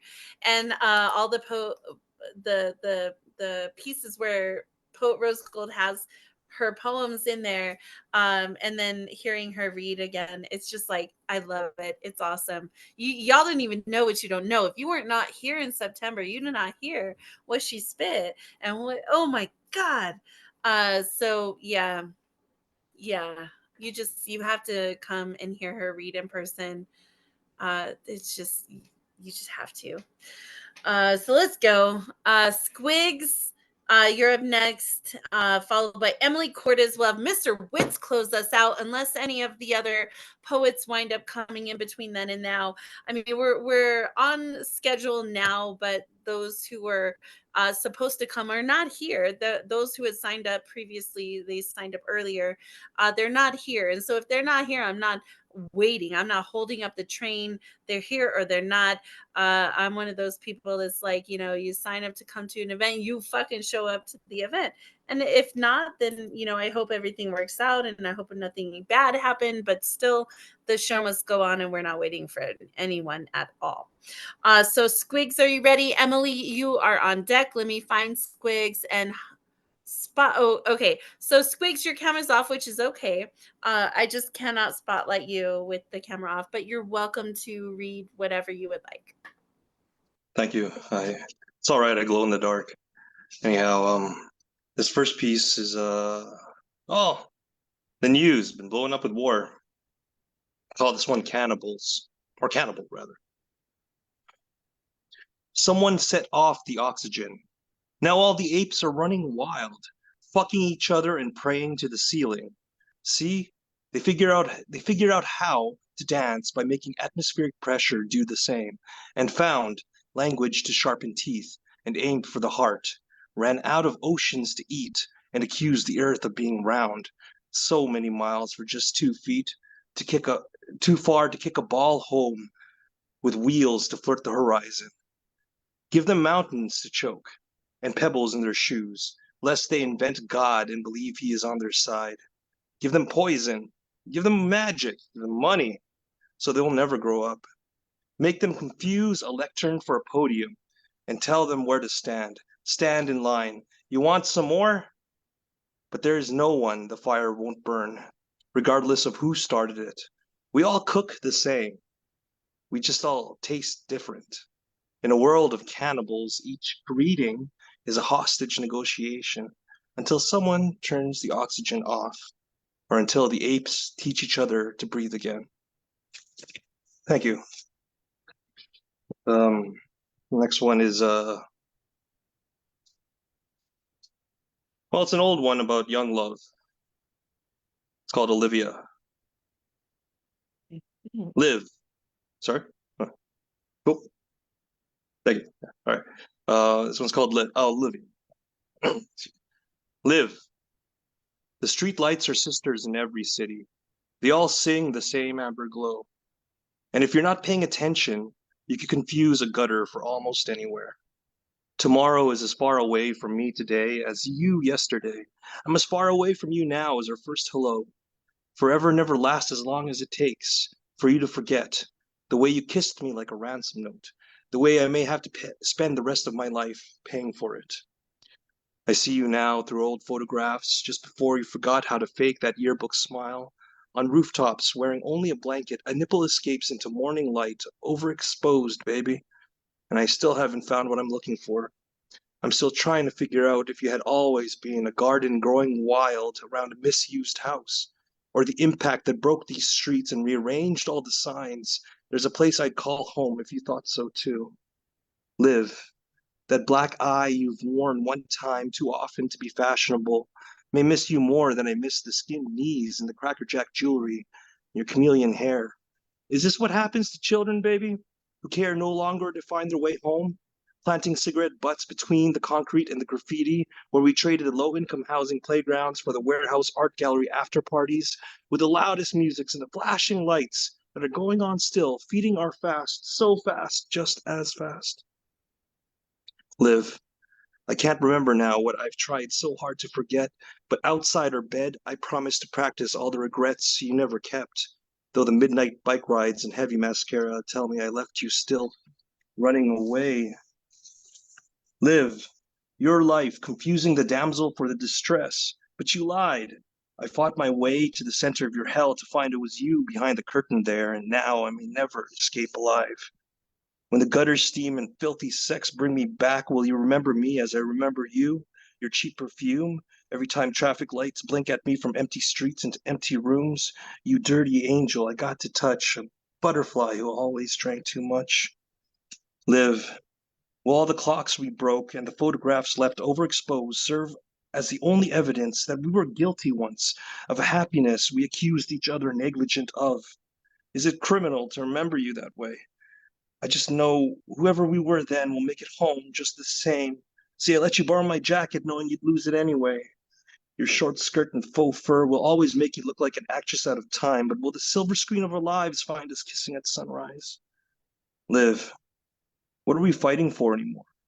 Cigarette stains or vocal cords, the wallpaper is peeling in our room, the morning traffic sings a sober soundtrack. And I don't want this anymore, baby. I can't live here anymore. Thank you. And and do for my last piece here. Hang on, before you oh, go to the next piece, what it was that line that you read? It was like your kiss, and then it was like I kissed you, and then my life was ruined. Was Oh, the like, way you kissed me like a ransom note, and I may have to spend the rest of my life paying for it. yes, that one. Okay, all right, thanks. Cool. Thanks, Marissa. All right, the next one I'm gonna do is I call this one The Unending Death of You. It is in the dilation of a pupil which permits a rough draft of sunset to be trapped in the grasp of an eyelid. It is an ocean dying upon a palm in the shape of a tear, running still where your fingertips once were. It is a promise fastened against an inconstant dawn as further furnaces sphered into alignment. A suffocating horizon now persists in a parade of missteps, with feet winded as hands reaching a degrading orbit. It is a feather where a pillow should be, space between our arms. A cocoon tears and your lips part. It is just breath into lead, a pencil into cassette, where a loudness exists before a whisper. Thank you, everyone. Thank you for this wonderful night of poetry. Oh my God, you have to come back and feature in 2024. Like, I mean, I've been a fan of yours for a long time, but let's go. Yes, unmute your mics, give some love to Squigs. Yes. Woo! Nice. Hell yeah. Well, That was awesome. Your kiss, a ransom note, I have to spend the rest of my life paying for. Like, fuck my whole life. That is, yes, let's go. I love it.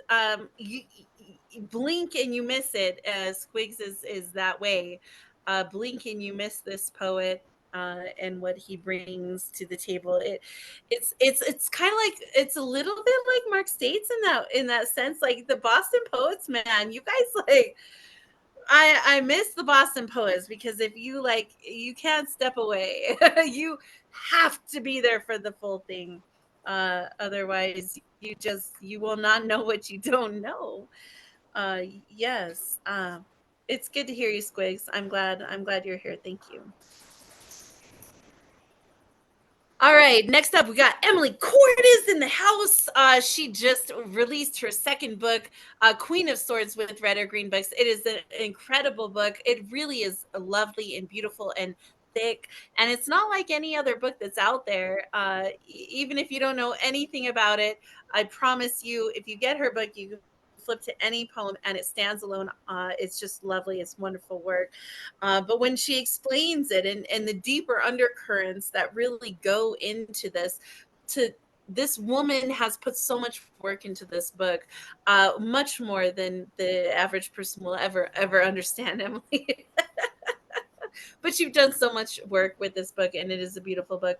And then after Emily, we'll have Mr. Witz close us out. Is he still here?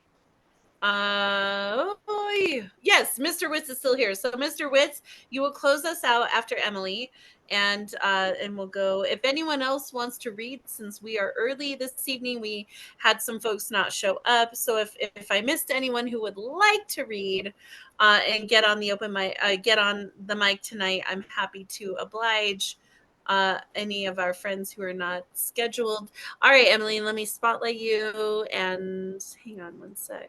All right, take it away. Thank you, Marissa. Thank you all for being here. Just drop my info in the chat if anyone wants to find me. So yeah, this is my latest book, Queen of Swords, published by Red or Green. Trying to angle this correctly so my ring light doesn't like screw up the reflection of the cover. Yeah, so the book uses the tarot as a thematic and structural motif. You don't have to understand tarot to appreciate it, but it does help. And I'm going to read a couple poems from this and also have a little bit of a light audience participation to determine what I should read. So this first one's the title poem called Queen of Swords. In the wise words of wise words, poets wield their gifts like swords, to knight the worthy or cut as they choose. Used justly, they'll illuminate. Used carelessly, can obfuscate. Used cruelly, can impale or maim or bruise. I've been the Queen of Cups, chalice offered up in love, been Queen of Wands with fiery torch ablaze. I've nurtured Empress gardens and unwound the devil's snares, but this tower's crumbling and it's time to raise. So I'll unsheath my sword, hoist it high and say no more, to protect or sever as befits the day. Toxic tongues hiss in my ear, wormy thoughts of hate or fear. I shrug them off. My court is not their place.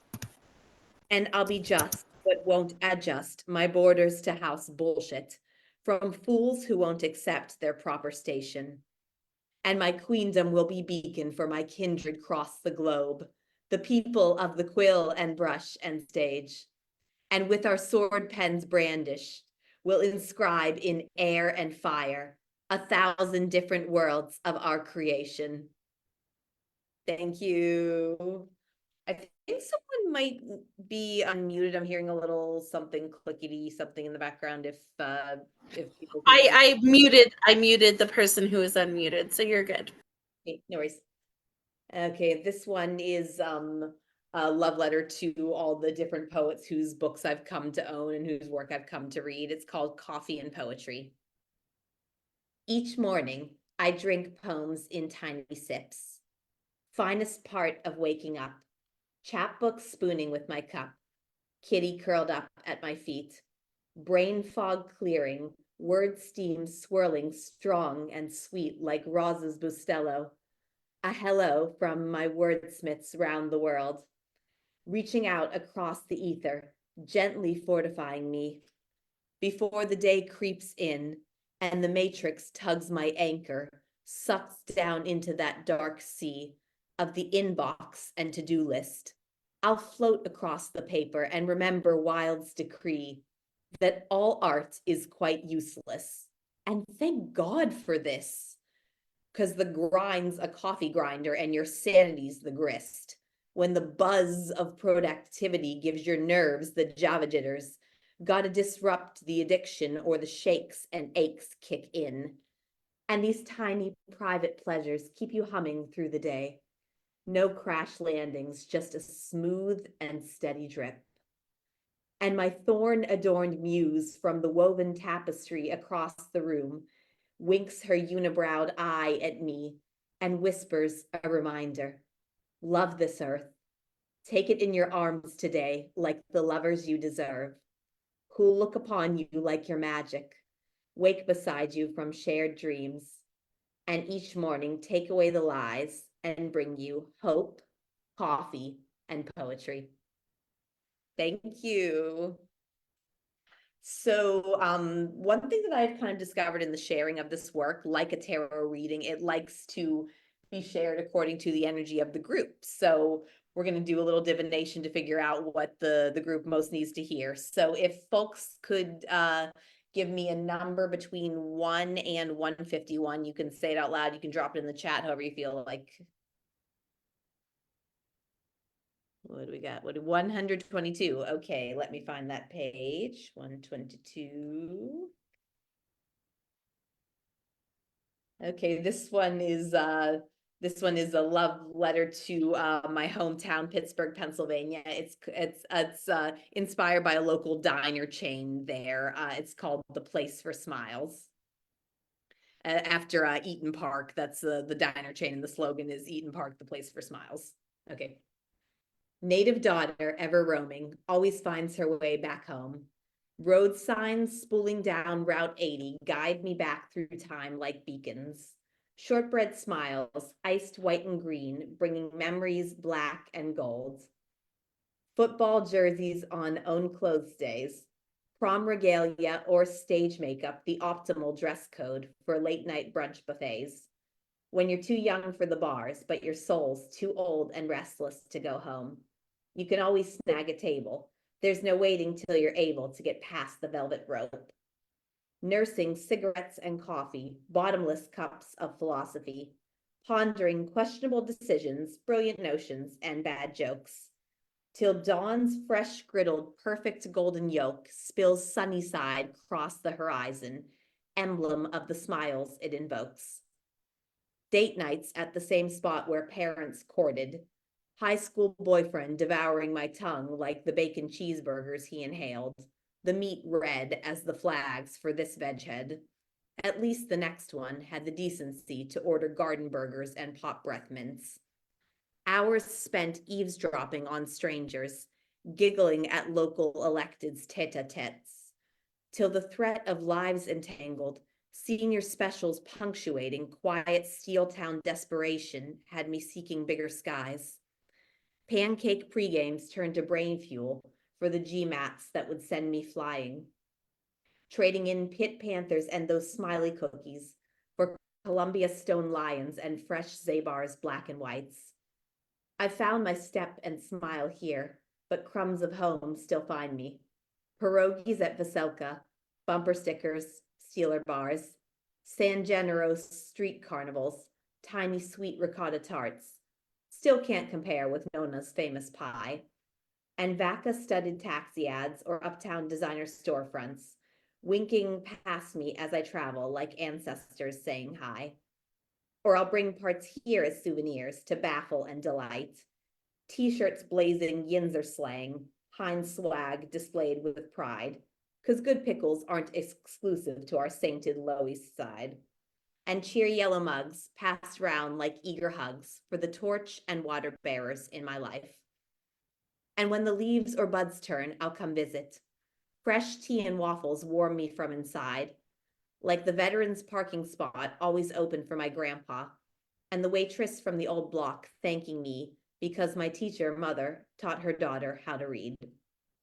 Sometimes you gotta go where everybody knows your name, where ceramic cups run over with the fathoms we contain, where neighborhoods hold make-believe come sun or cloudy days, and nostalgia tastes like green and white iced cookies and ends with friends and smiles upon your face. Thank you very much. Yes, let's go, Emily Cordes. Woo! Woo! Yes. Woo! If you missed her book launch party, it is on the Red or Green Books Facebook page, will be uploaded to our YouTube channel. Please like, share, subscribe, and follow to everything where it is right in Red or Green Books. There's so much stuff happening, and her book is really phenomenal, and it's beautiful. It is beautiful artwork in it as well in the section headers, so it's just lovely. Thank you so much. So Emily, where can people go to get your book? It's how much is it? How can they get it? Yeah, it's available at redorgreenbooks.com. I just dropped the info in the chat. You can also buy my first book, Armful of Poppies, there. Or if you would like a signed copy, DM me. I got a whole box of these babies in my living room just waiting to go out the door. It's a wonderful Christmas present, holiday present, gift for any time of the year. You grab her book. It is simply wonderful. Just lovely, lovely, lovely. All right. Last but certainly not least, we have Mr. Witz. Stacy, I see you. All right, Mr. Witz, where are you, sir? And let me spotlight. Well, I can only spotlight him if his camera is on. His camera is not on, so I will just sit here and take it, whatever you give me. Yes. Let's go, Wits. Come on, baby. Peace and blessings, family. Forgive me for being in the dark. You all were brilliant tonight. She lived her life fearful of hours. Hours at a time, she would stare at the door, praying the next knock or key in the hole or be her children safely coming home. I remember she used to time us by the streetlight. I used to think it was a call to dinner. Figured if I skip a meal, it wouldn't be any worse than one less plate to clean from the dishes. I never understood that her prepared meals was a way to ensure our safety. Something warm in the belly always has been said to keep a man. But growing young boys in my neighborhood ate a meal on the street most every day. Outside had our name tagged in the cement under street signs and territory names.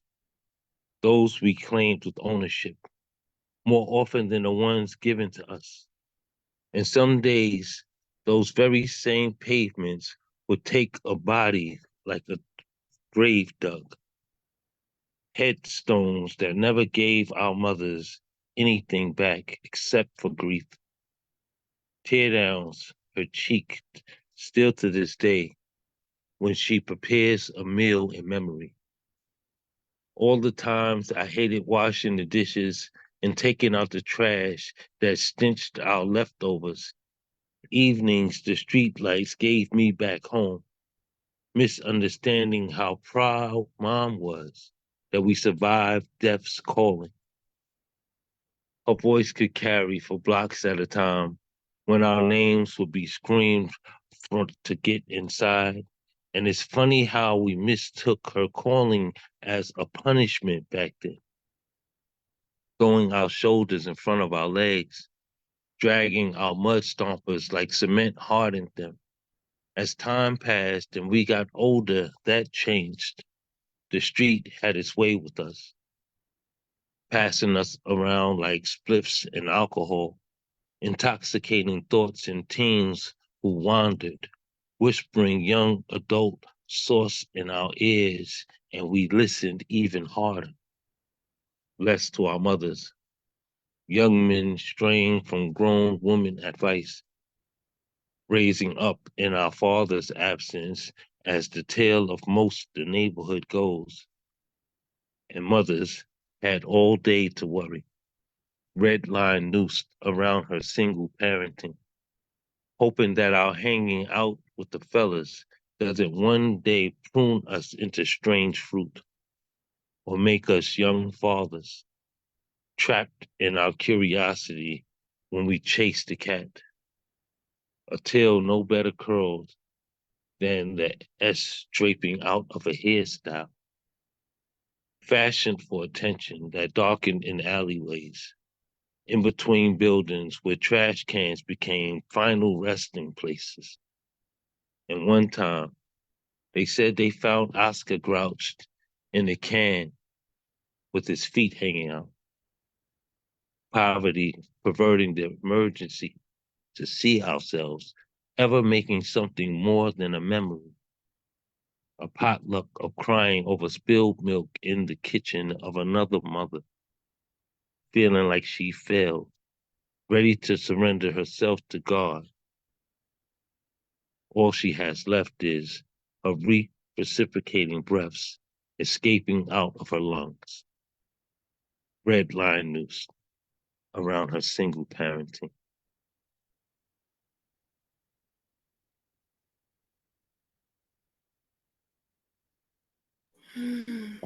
Wow. Let's go, Mr. Woods. Just gotta go, y'all. Please just get it out.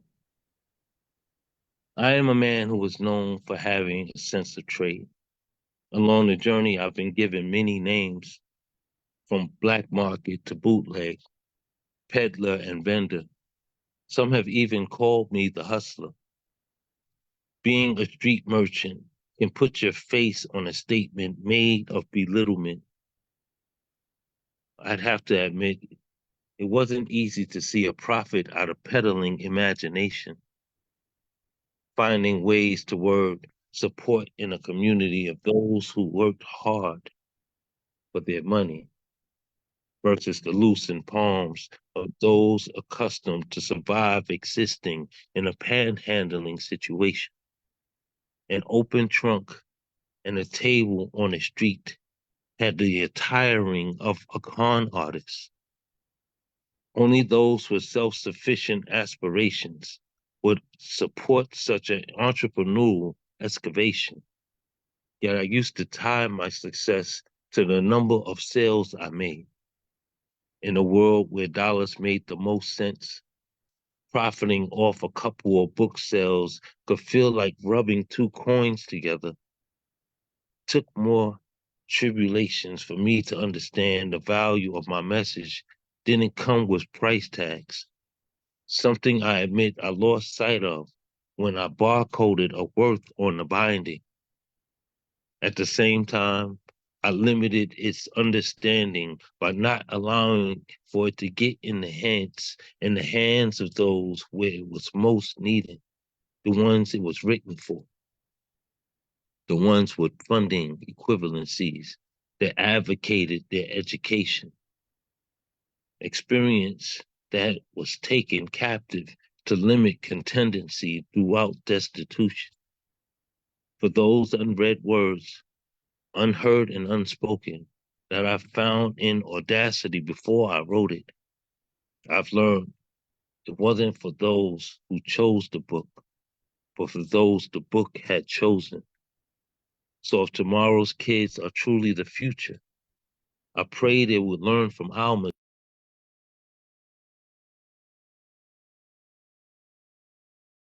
Let's get a phone call.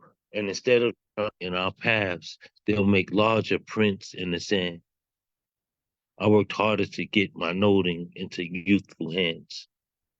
Today, I count my successions by the amount of times I make my children smile. It took me some time, but I realize now that growing their hearts big was always my mission. So if the Most High decides my existence in physical form has reached its date, I can accept the change, the release of my spirit from its captive shell casing, knowing that my harvested seeds have bloomed into fine organic fruit, just the way he intended them to be when he sought out to utilize me, waiting my hands to carry the hefty message of his pen, encouraging every deadlift curl to keep me in shape, lining the cloaked underlay to keep the youth awake. Success is in the confirmatory smile of one understanding. Love is the only way back to God. I only hate that it took me this long to figure out that part.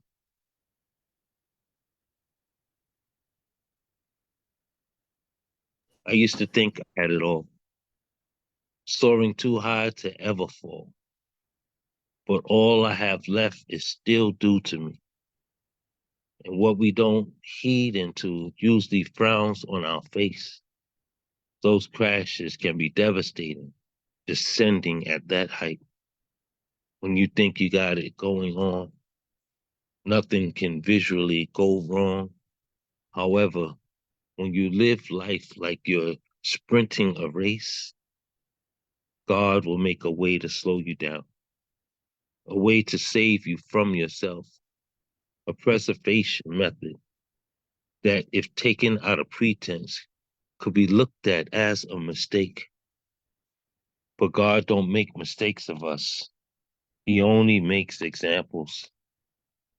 As much as we pray for a change, what he does is always on purpose. Only man can misinterpret what is meant by what is presented. And our mere presence is a gift, a blessing to be grateful for. While many a times we found reason to view it as a curse, a punishment for not having all we wanted. What the Most High has in store for you cannot be acquired through purchase. Ever wonder how things can go so well, then all of a sudden be all out of whack when you've overlooked his grace and favor within your unprayed hands? What feels good to you ain't always good for you. But give it time and God will teach you how to be grateful for what you have when it's all taken away. You could be born with a near perfect appearance and given a child requiring special needs, and you wonder how someone with all their functioning parts could procreate deficiency. All your eyes could do at first is close themselves off to the world, but eventually you will open up and see the universe you live in, the importance of what was given to you to fix your heart at just your speed. Someone in need of attention and affection can give your life new meaning. I used to think I had it all. TVs, cars, jewelry, too focused on what I wanted to see what I actually needed. So God gave me a seed, a child that required more of me than an average child. At first, I was in denial. Then I was hurt to see him in a condition where he couldn't express himself. I cried and I cried. I blamed the system.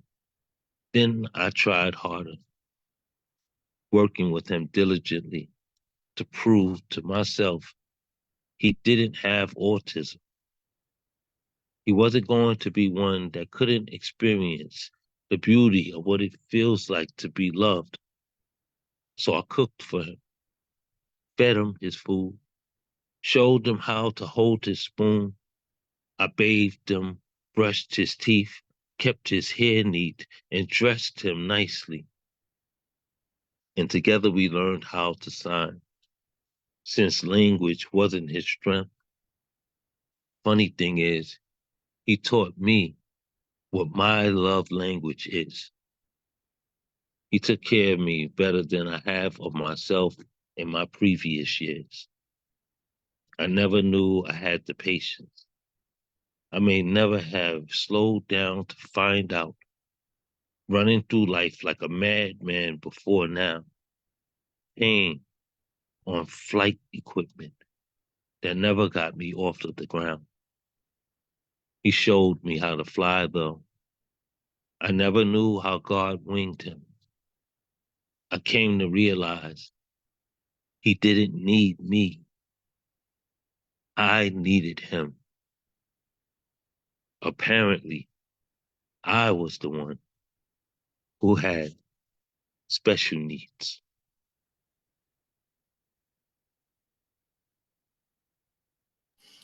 Oh man, let's go. Unmute your mics. Give it up for Oh, Mr. Witz. well, I have one more if I could. Oh, sure. Yes, please take your time. I'm sorry, Witz. I'm writing It's, o- down so much stuff. Thank you. it's okay, you're welcome. Thank you for the time and the space. I truly appreciate it. How does a father accept a paternity test that reads his kids is not his DNA? Tears spewing his face, while the boo-hooing escaping the face of his child's dying mother is being consoled. Is it pride that holds him froze to the turnip head, while the rest of his soul cement blocks him? Maybe the explosion of his heart inside of his chest has him fighting for his life while no one notices. A man who'd been lied to about his loins cloths his emotions the best way he possibly can. Who can tell him his heart has been ripped out his chest, but he will live on through this? Is it a piece of paper that makes you a dad? A signature significance on a government issued document?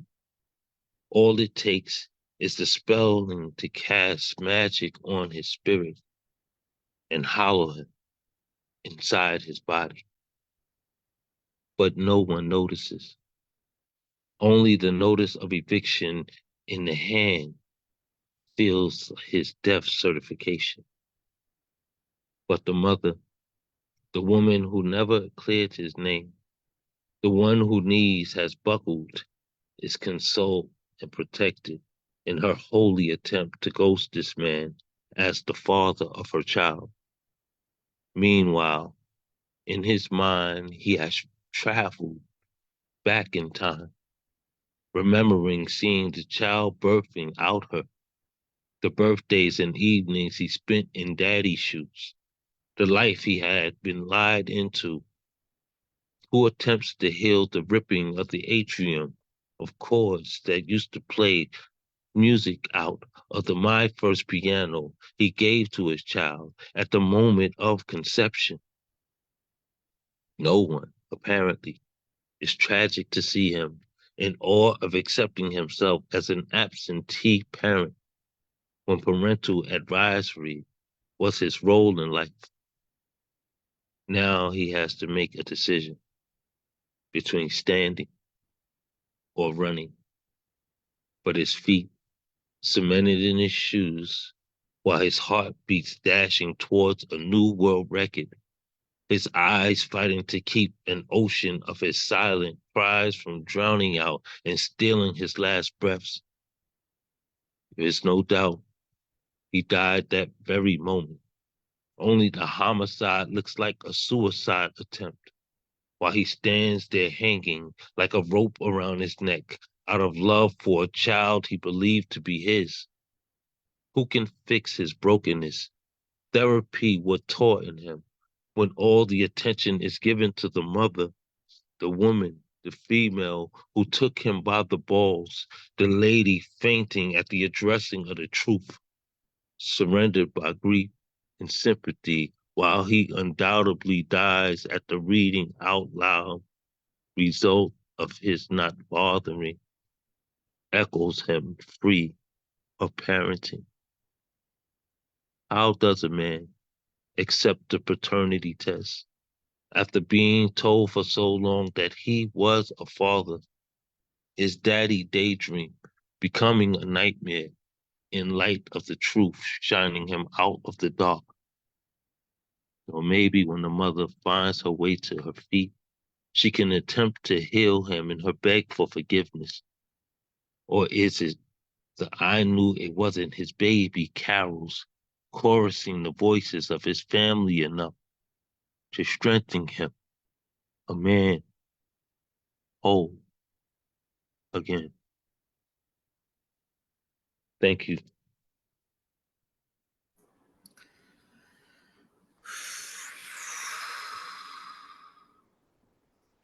Wow. There's nothing. I can't say anything. It is all that and more. For parents, lovers, poets, people. Yeah. Y'all, Mr. Witz has an open mic. He does every Wednesday night. He has books, he has t-shirts, he has merch. Mr. Witz, where can people find you? How can they follow you?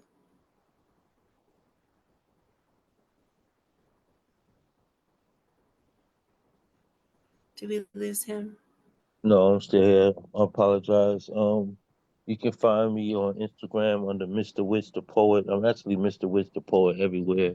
On Instagram, on TikTok, on Inside Lady Panties. and on YouTube. I'm It sorry. says it says Mr. Witz everywhere inside women's panties.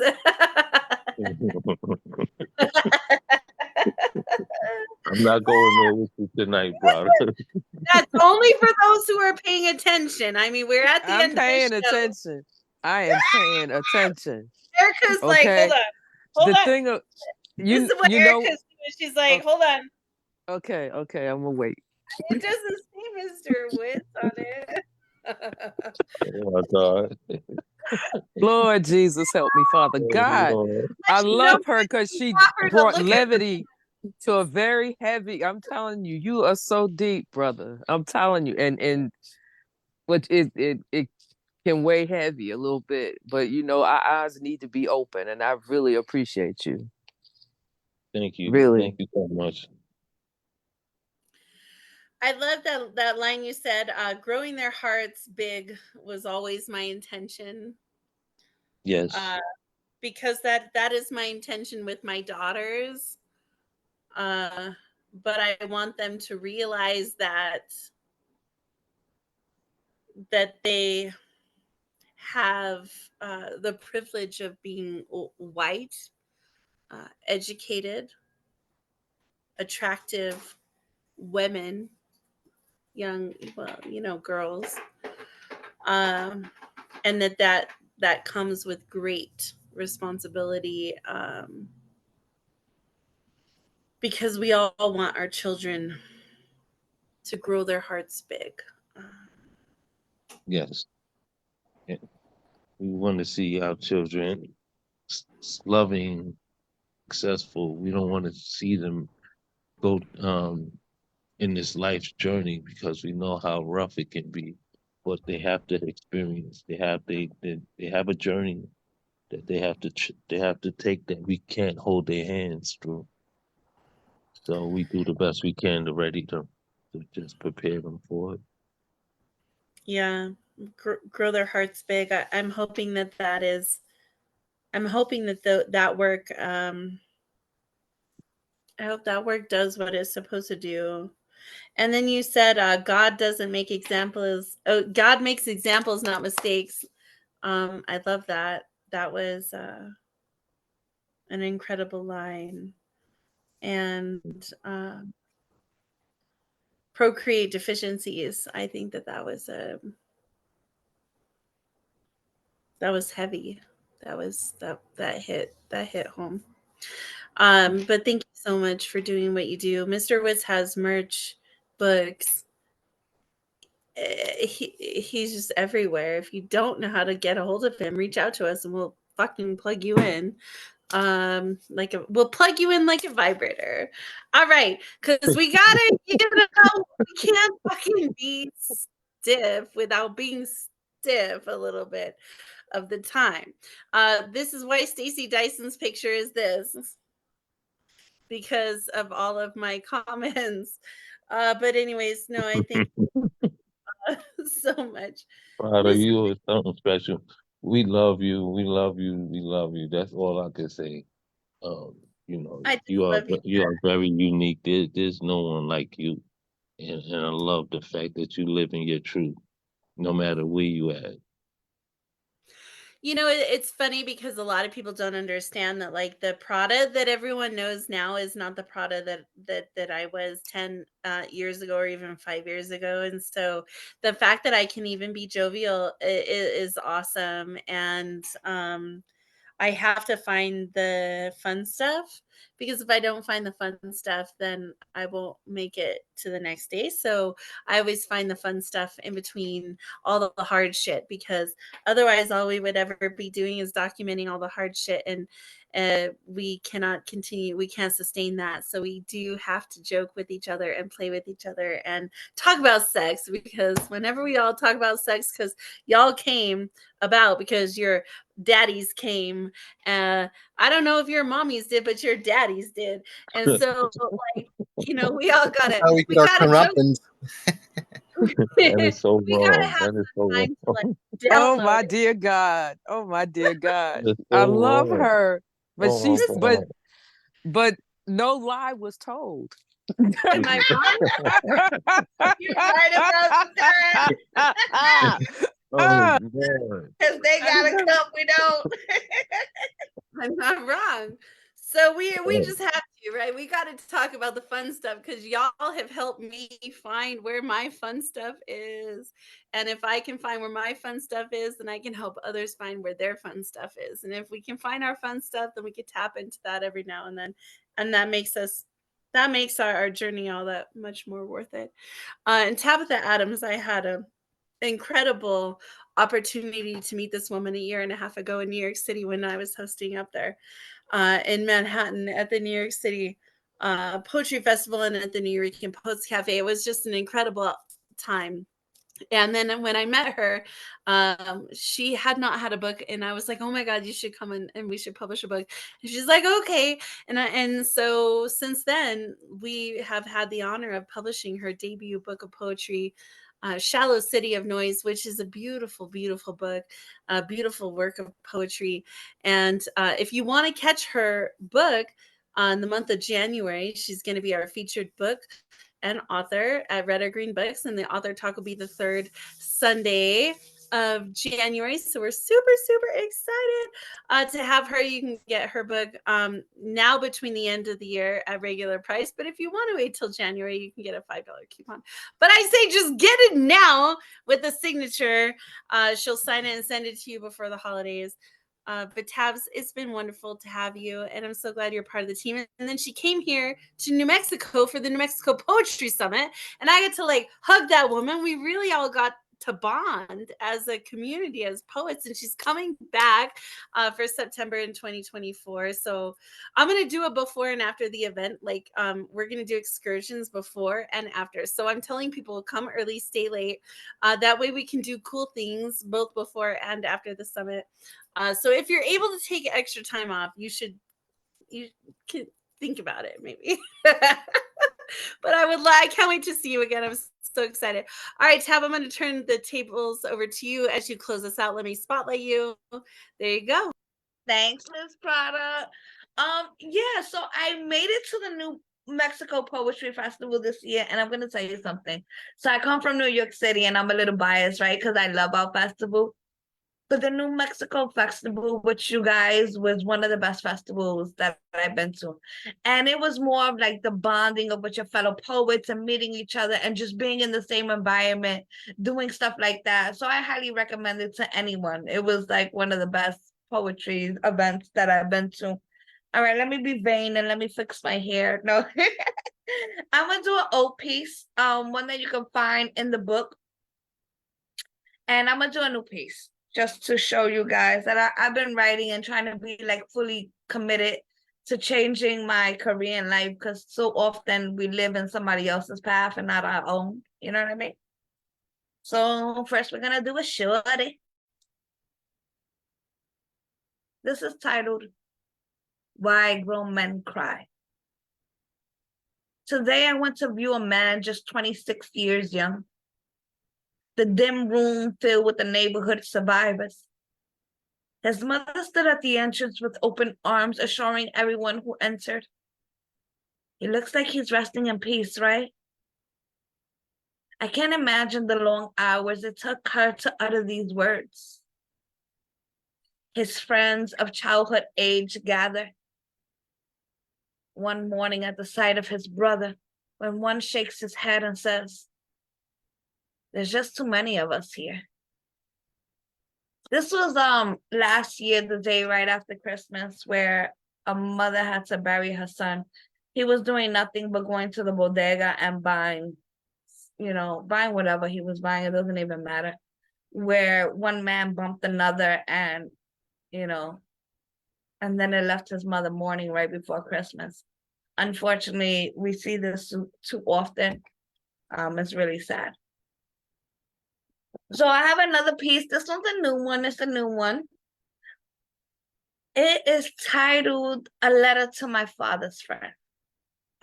If anyone knows someone that has been incarcerated, respectfully, some of these men and women, not only, okay, so they serving their time. And I'm not saying that, you know what I mean, what they did was right. They're deprived food. They're deprived medical rights. I can't tell you how many times I speak to my uncle and he's caught a seizure. They won't even take him to the hospital. They deny them everything and anything. So I wrote a piece about that and kind of facing my old battles to it, because he grew up with my father and I battle, like the scars of growing up with a parent with an addiction. So this is a letter addressing that. It's titled A Letter to My Father's Friend. Please know that I have felt him on days I did not have the strength to speak of his name, nor the traumas he has caused me. So it should come as no surprise that I will fail you the same way. My ways are heavy to these habits of old, and on some days, all that I have become is the woman I least want to speak of. Sleep comes scattered, and I miss him the most. It's now 5:22, and the morning has not yet heard its song. The radiator in movement with a passing car, and this has been the only sign given to a new day. Reflections press 5 feet against my walls, but depression dares to scream. You're better than this. The pain through my window begins to paint the picture, leaving me to question how much time it takes for the light to fill the day. I wonder why all these memories are tied to the neighborhoods I just can't stop walking through. To be honest, I don't know what my mother was saying as she placed her hands in mine, gently ushering me onto the train, but the feeling never aged. She was wearing her black leather book bag, which hung right above her curvy waist, holding a bag of cuchifrito. In the bag, there were 2 género de papas, 2 alcapurrias, and a morcilla, but no rice and beans. That's how I knew she was still cooking that night. The same applies to my household today. I could buy whatever to eat, but if I bought it with rice and beans, then shit, that's dinner, right? I don't remember when it became just me and my mother. Undeveloped, scattered before government assistance, ass is tan. See, I peeped the spelling in the name, though my skin comes light. My natives live in the traditions of our family gatherings. My mother's mother knows no translator, and in the land in which she traveled, there was no kind to their takings. 1898 was the exit marked on the highway, and believe me, there were more than 9 to a Honda. But Wednesdays, before my sister Church Earth, belonged to me and my mother. She will pick up her check and take me where the seasons permitted. The movie theater on 188th Street, the zoo, the Coquito Man, a bike ride down the concourse so she could stay in shape, she would say. But this week, there were no bike rides, just a signature and a bag of goods. About 20 minutes pass as we say goodbye to everyone behind the counter. The waitress, the cooks, the stock boys, and probably the chineros too. Customers wave, some by name, because when you're the product of single hands that are suffered through the wages of minimum fundings. As we stand at the open doors waving our last goodbyes, I noticed my mother's arms tighten. With everything in movement, I didn't understand what was going on. We always kept up with the foot traffic, but something was different. She was even walking towards the wrong train station. I tried to look at her, but she held her eyes tight as she kept walking. We walk below ground. She takes out a little coin with a cutout shape and inserts it into the mouth of the rail. But she usually lets me do this. The thick yellow handle, too dirty to touch, she now lets me hold. We make our way down the second landing and to the center of the gray platform. She keeps my hand in hers. 2 men begin walking down the stairs. The thin, long lines placed beside them widen with each step. One man wore a white shirt and the other was wearing a black and gray sweater. My mother, in her mothering eyes, spoke of a situation absent of hiding. They could have walked in either direction, but they walked towards us. The one in the white shirt tilts his head to the right, slightly, giving my mother eye contact. But the man in the gray and black sweater, he never stops breaking eyes. His face holds mine, and I too can't stop staring at him. It was my father, smiling at me. His markings were not of the cape he's always worn. His face discolored, his clothes bruised. The dark, long trails of iron soon disappeared into the station's night. My mother's hand still in mine. As she walks me through the sliding doors, we sit. In a child's way, I ask her, Did it hit them? What? Did the train hit them? No, mommy.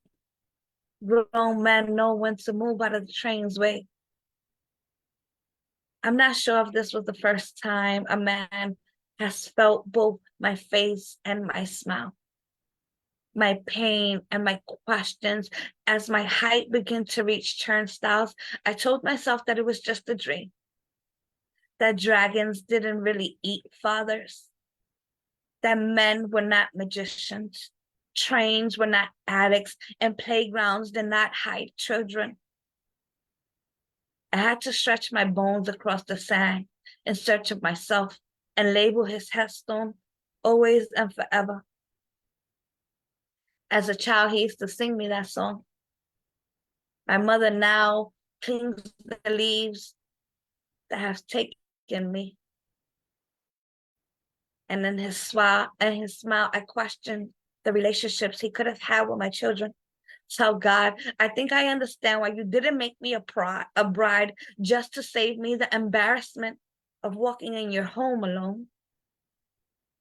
We often fight about the whys. Why I never counted cows that jumped over moons. I get upset with him. I get upset with him because he knows that in my story, it's needles that erase skylines and cities that wear children. This love comes broken, but it's where we call home. So a letter to my father's friend.